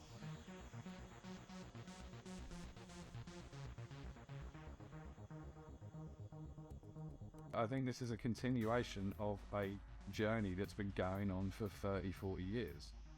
There's hardly been a point when Jeff's made a computer game where he's not made a visualizer, and I don't ever want that to stop. You know, and whatever feeds whatever, I don't care as long as Jeff gets to keep making the thing, because they just keep getting better. He's an artist that just gets more and more powerful, you know? There shouldn't be like, oh yeah, you can retire now. There's a new thing, get on it. Yeah, like, job's not done.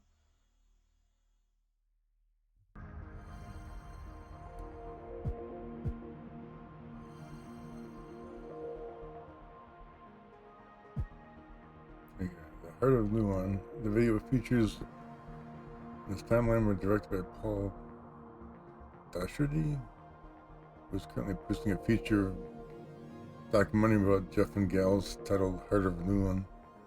In this clip, Paul gives some of the insights of the upcoming film.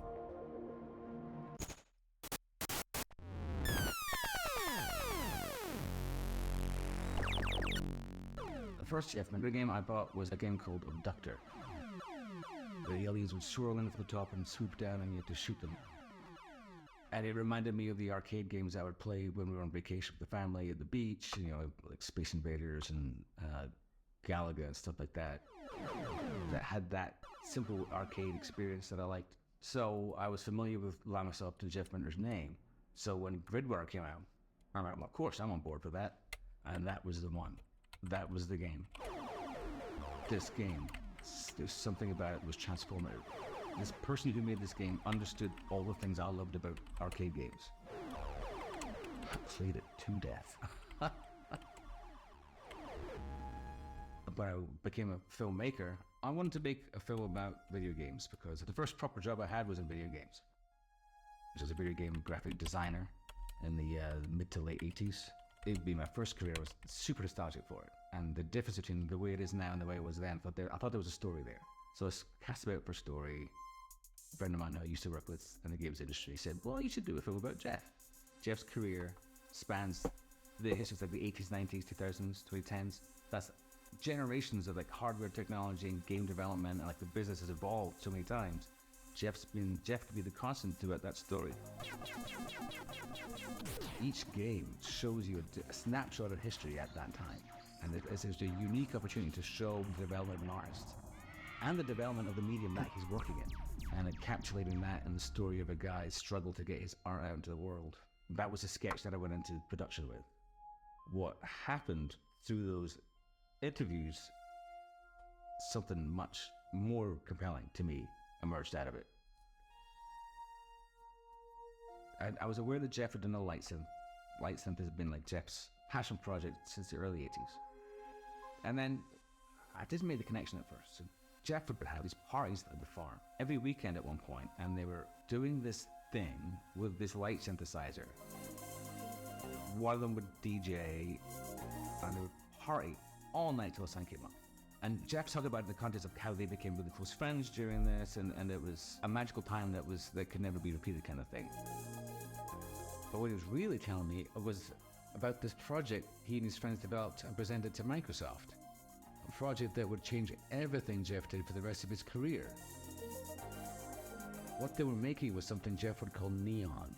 And neon is something that defines Jeff and the relationship Jeff has with his fans. You know, it meant something. I wanted to find out what that was. Lots of people understand that they feel connected to a musician or a singer. Lots of people feel connected to an actor or a writer. But it's rare to say that people feel connected to a video game designer. And I met a bunch of people who all said it and meant it in a way that was real, in a way that was completely unexpected to me.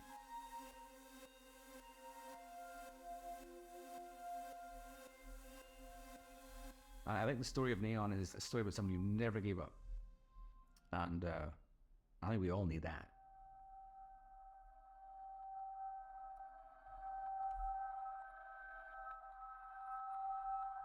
When I was 13 or maybe younger than that, I can remember lying in the dark listening to music, and in my head I would imagine like sort of abstract geometric shapes sort of doing stuff in time to the music.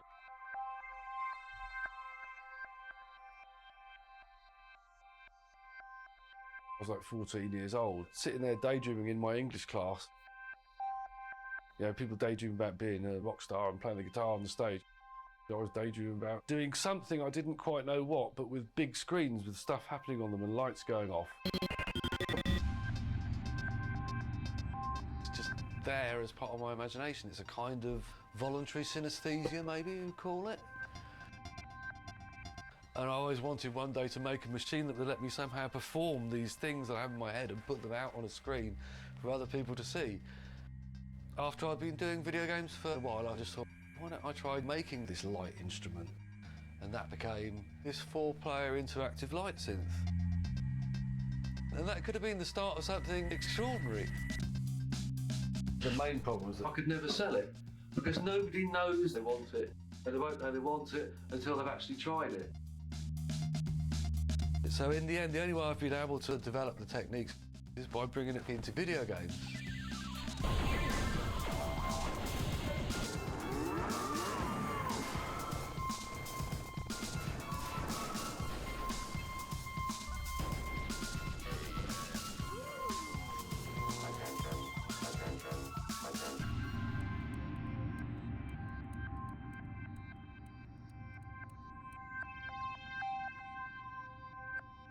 Jeff's story ends up being kind of like a road trip through video game history, but the road keeps going.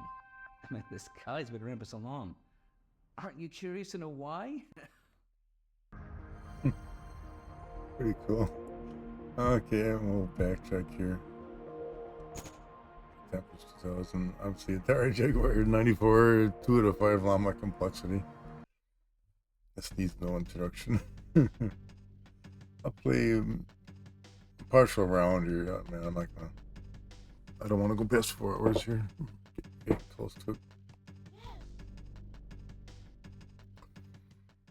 But yeah, when I had the Atari Jaguar, I loved this game. I still do. I'm rusty though. I played this a lot before.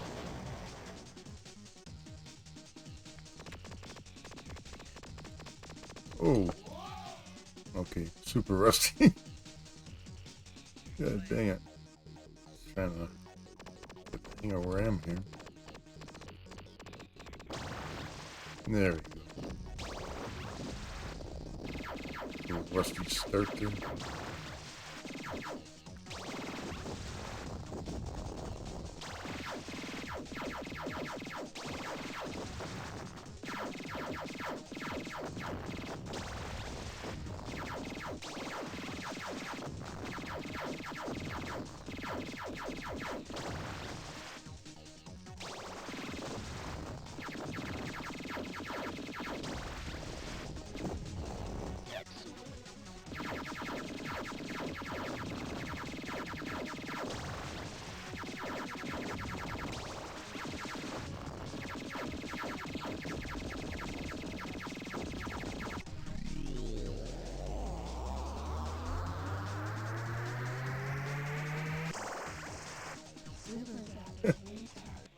The wheel one. Are you talking about like the game wheel for selection?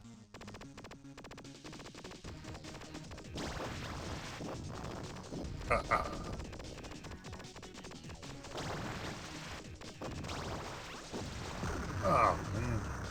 I am way rusty.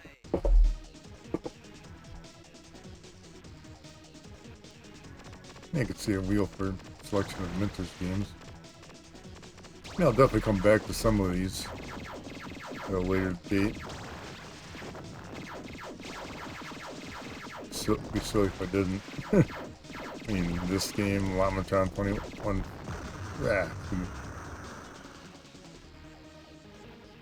Oh, you're talking about the spinner. Yeah,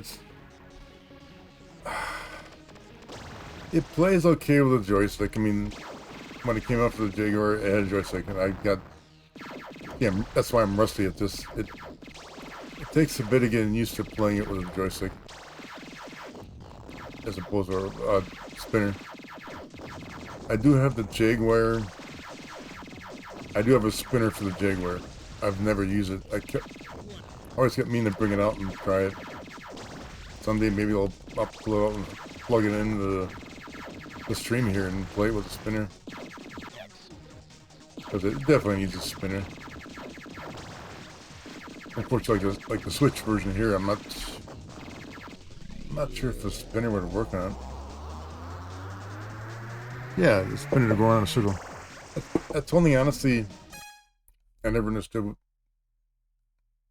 Because you have this analog thumb pad that goes in a circle. Why didn't they use this for the directional? Or did it not work? But to me, that would be like the perfect way to do it. Yeah. I'm gonna adjust the visual here and check where I was.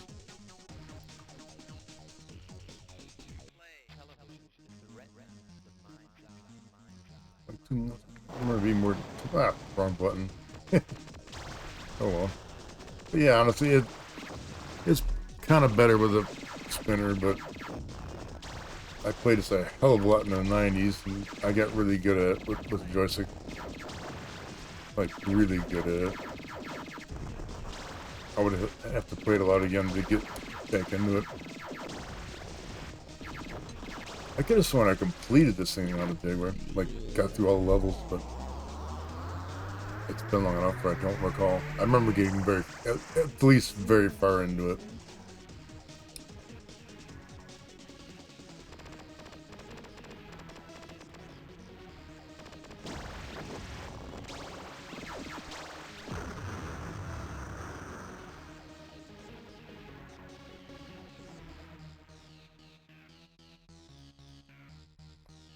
It's got zoom and not zoom mode. I could have sworn it had different modes than the two. Uh-oh. Don't get me.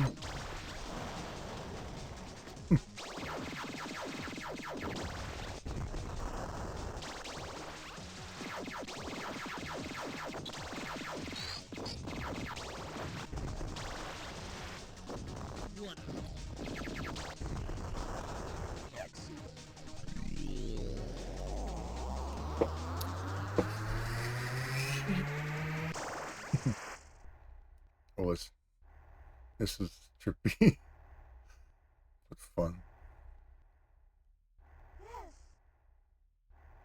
Like a bonus level. Well, it is a bonus level.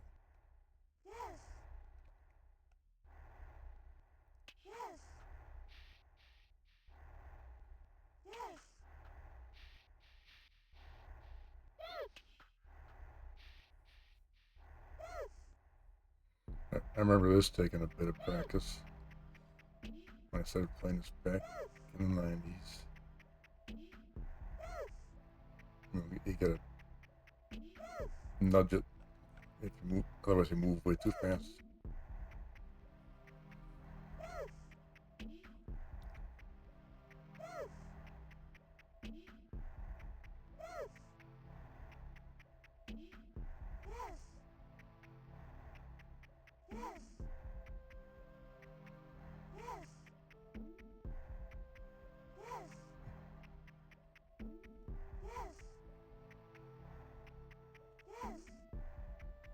Besides trying to get the circles, it's kind of nice, relaxing visual.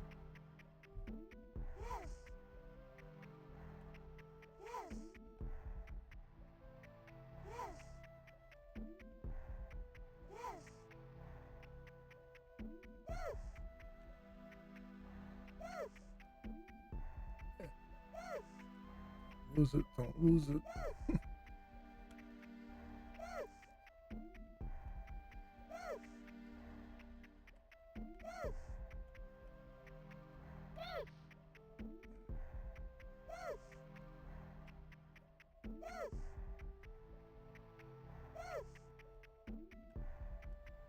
Oh man, missed it.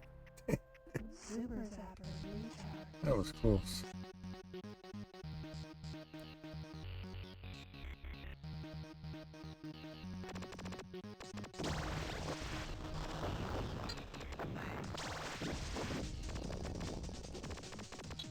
Must know a power.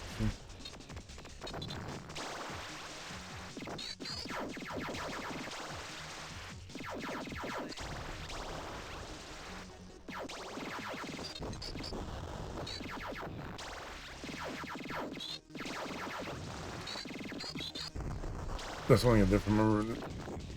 Getting the AI droid helps a lot.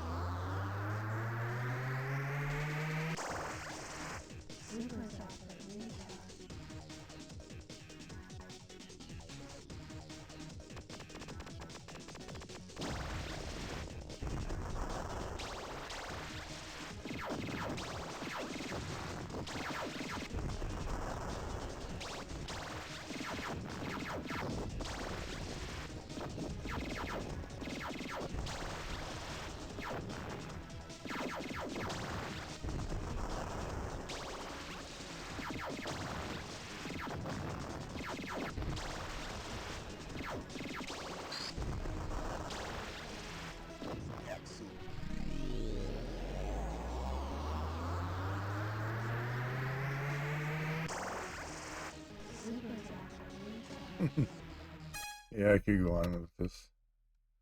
I'm getting big enough. That's the taste of it. Outstanding game.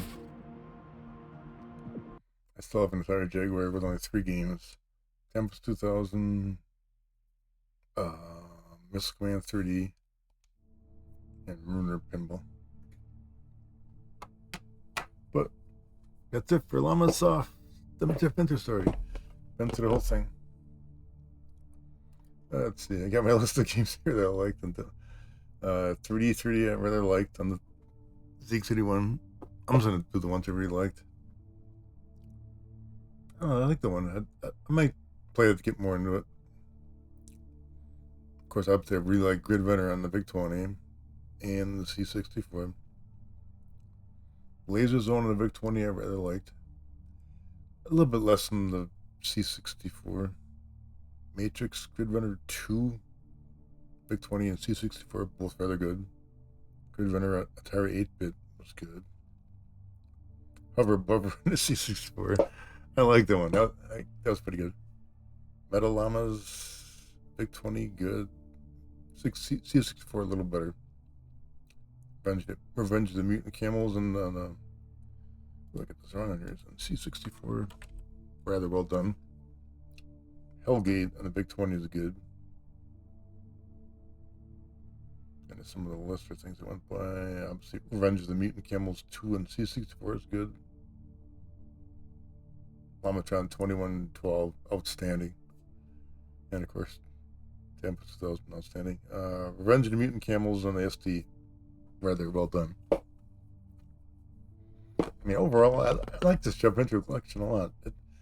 It's got lesser games on it, but as a whole, you're going to find some stuff you like in there, and it's nice to get a piece of history there. Thanks, Bender, for clapping there. And with that said, who can I raid somebody? Can I raid somebody? Might as well. Charlie's got enough followers. I see Dr. Mookow's out there. Can I raid Dr. Mookow's? Let's see. Where's my raid button here?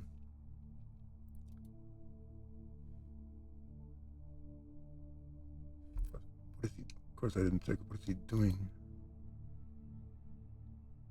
Oh, he's doing some kind of. Oh.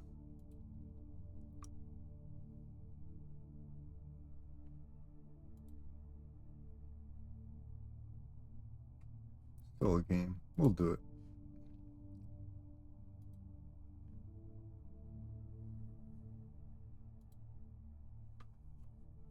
Nothing wrong with a rating.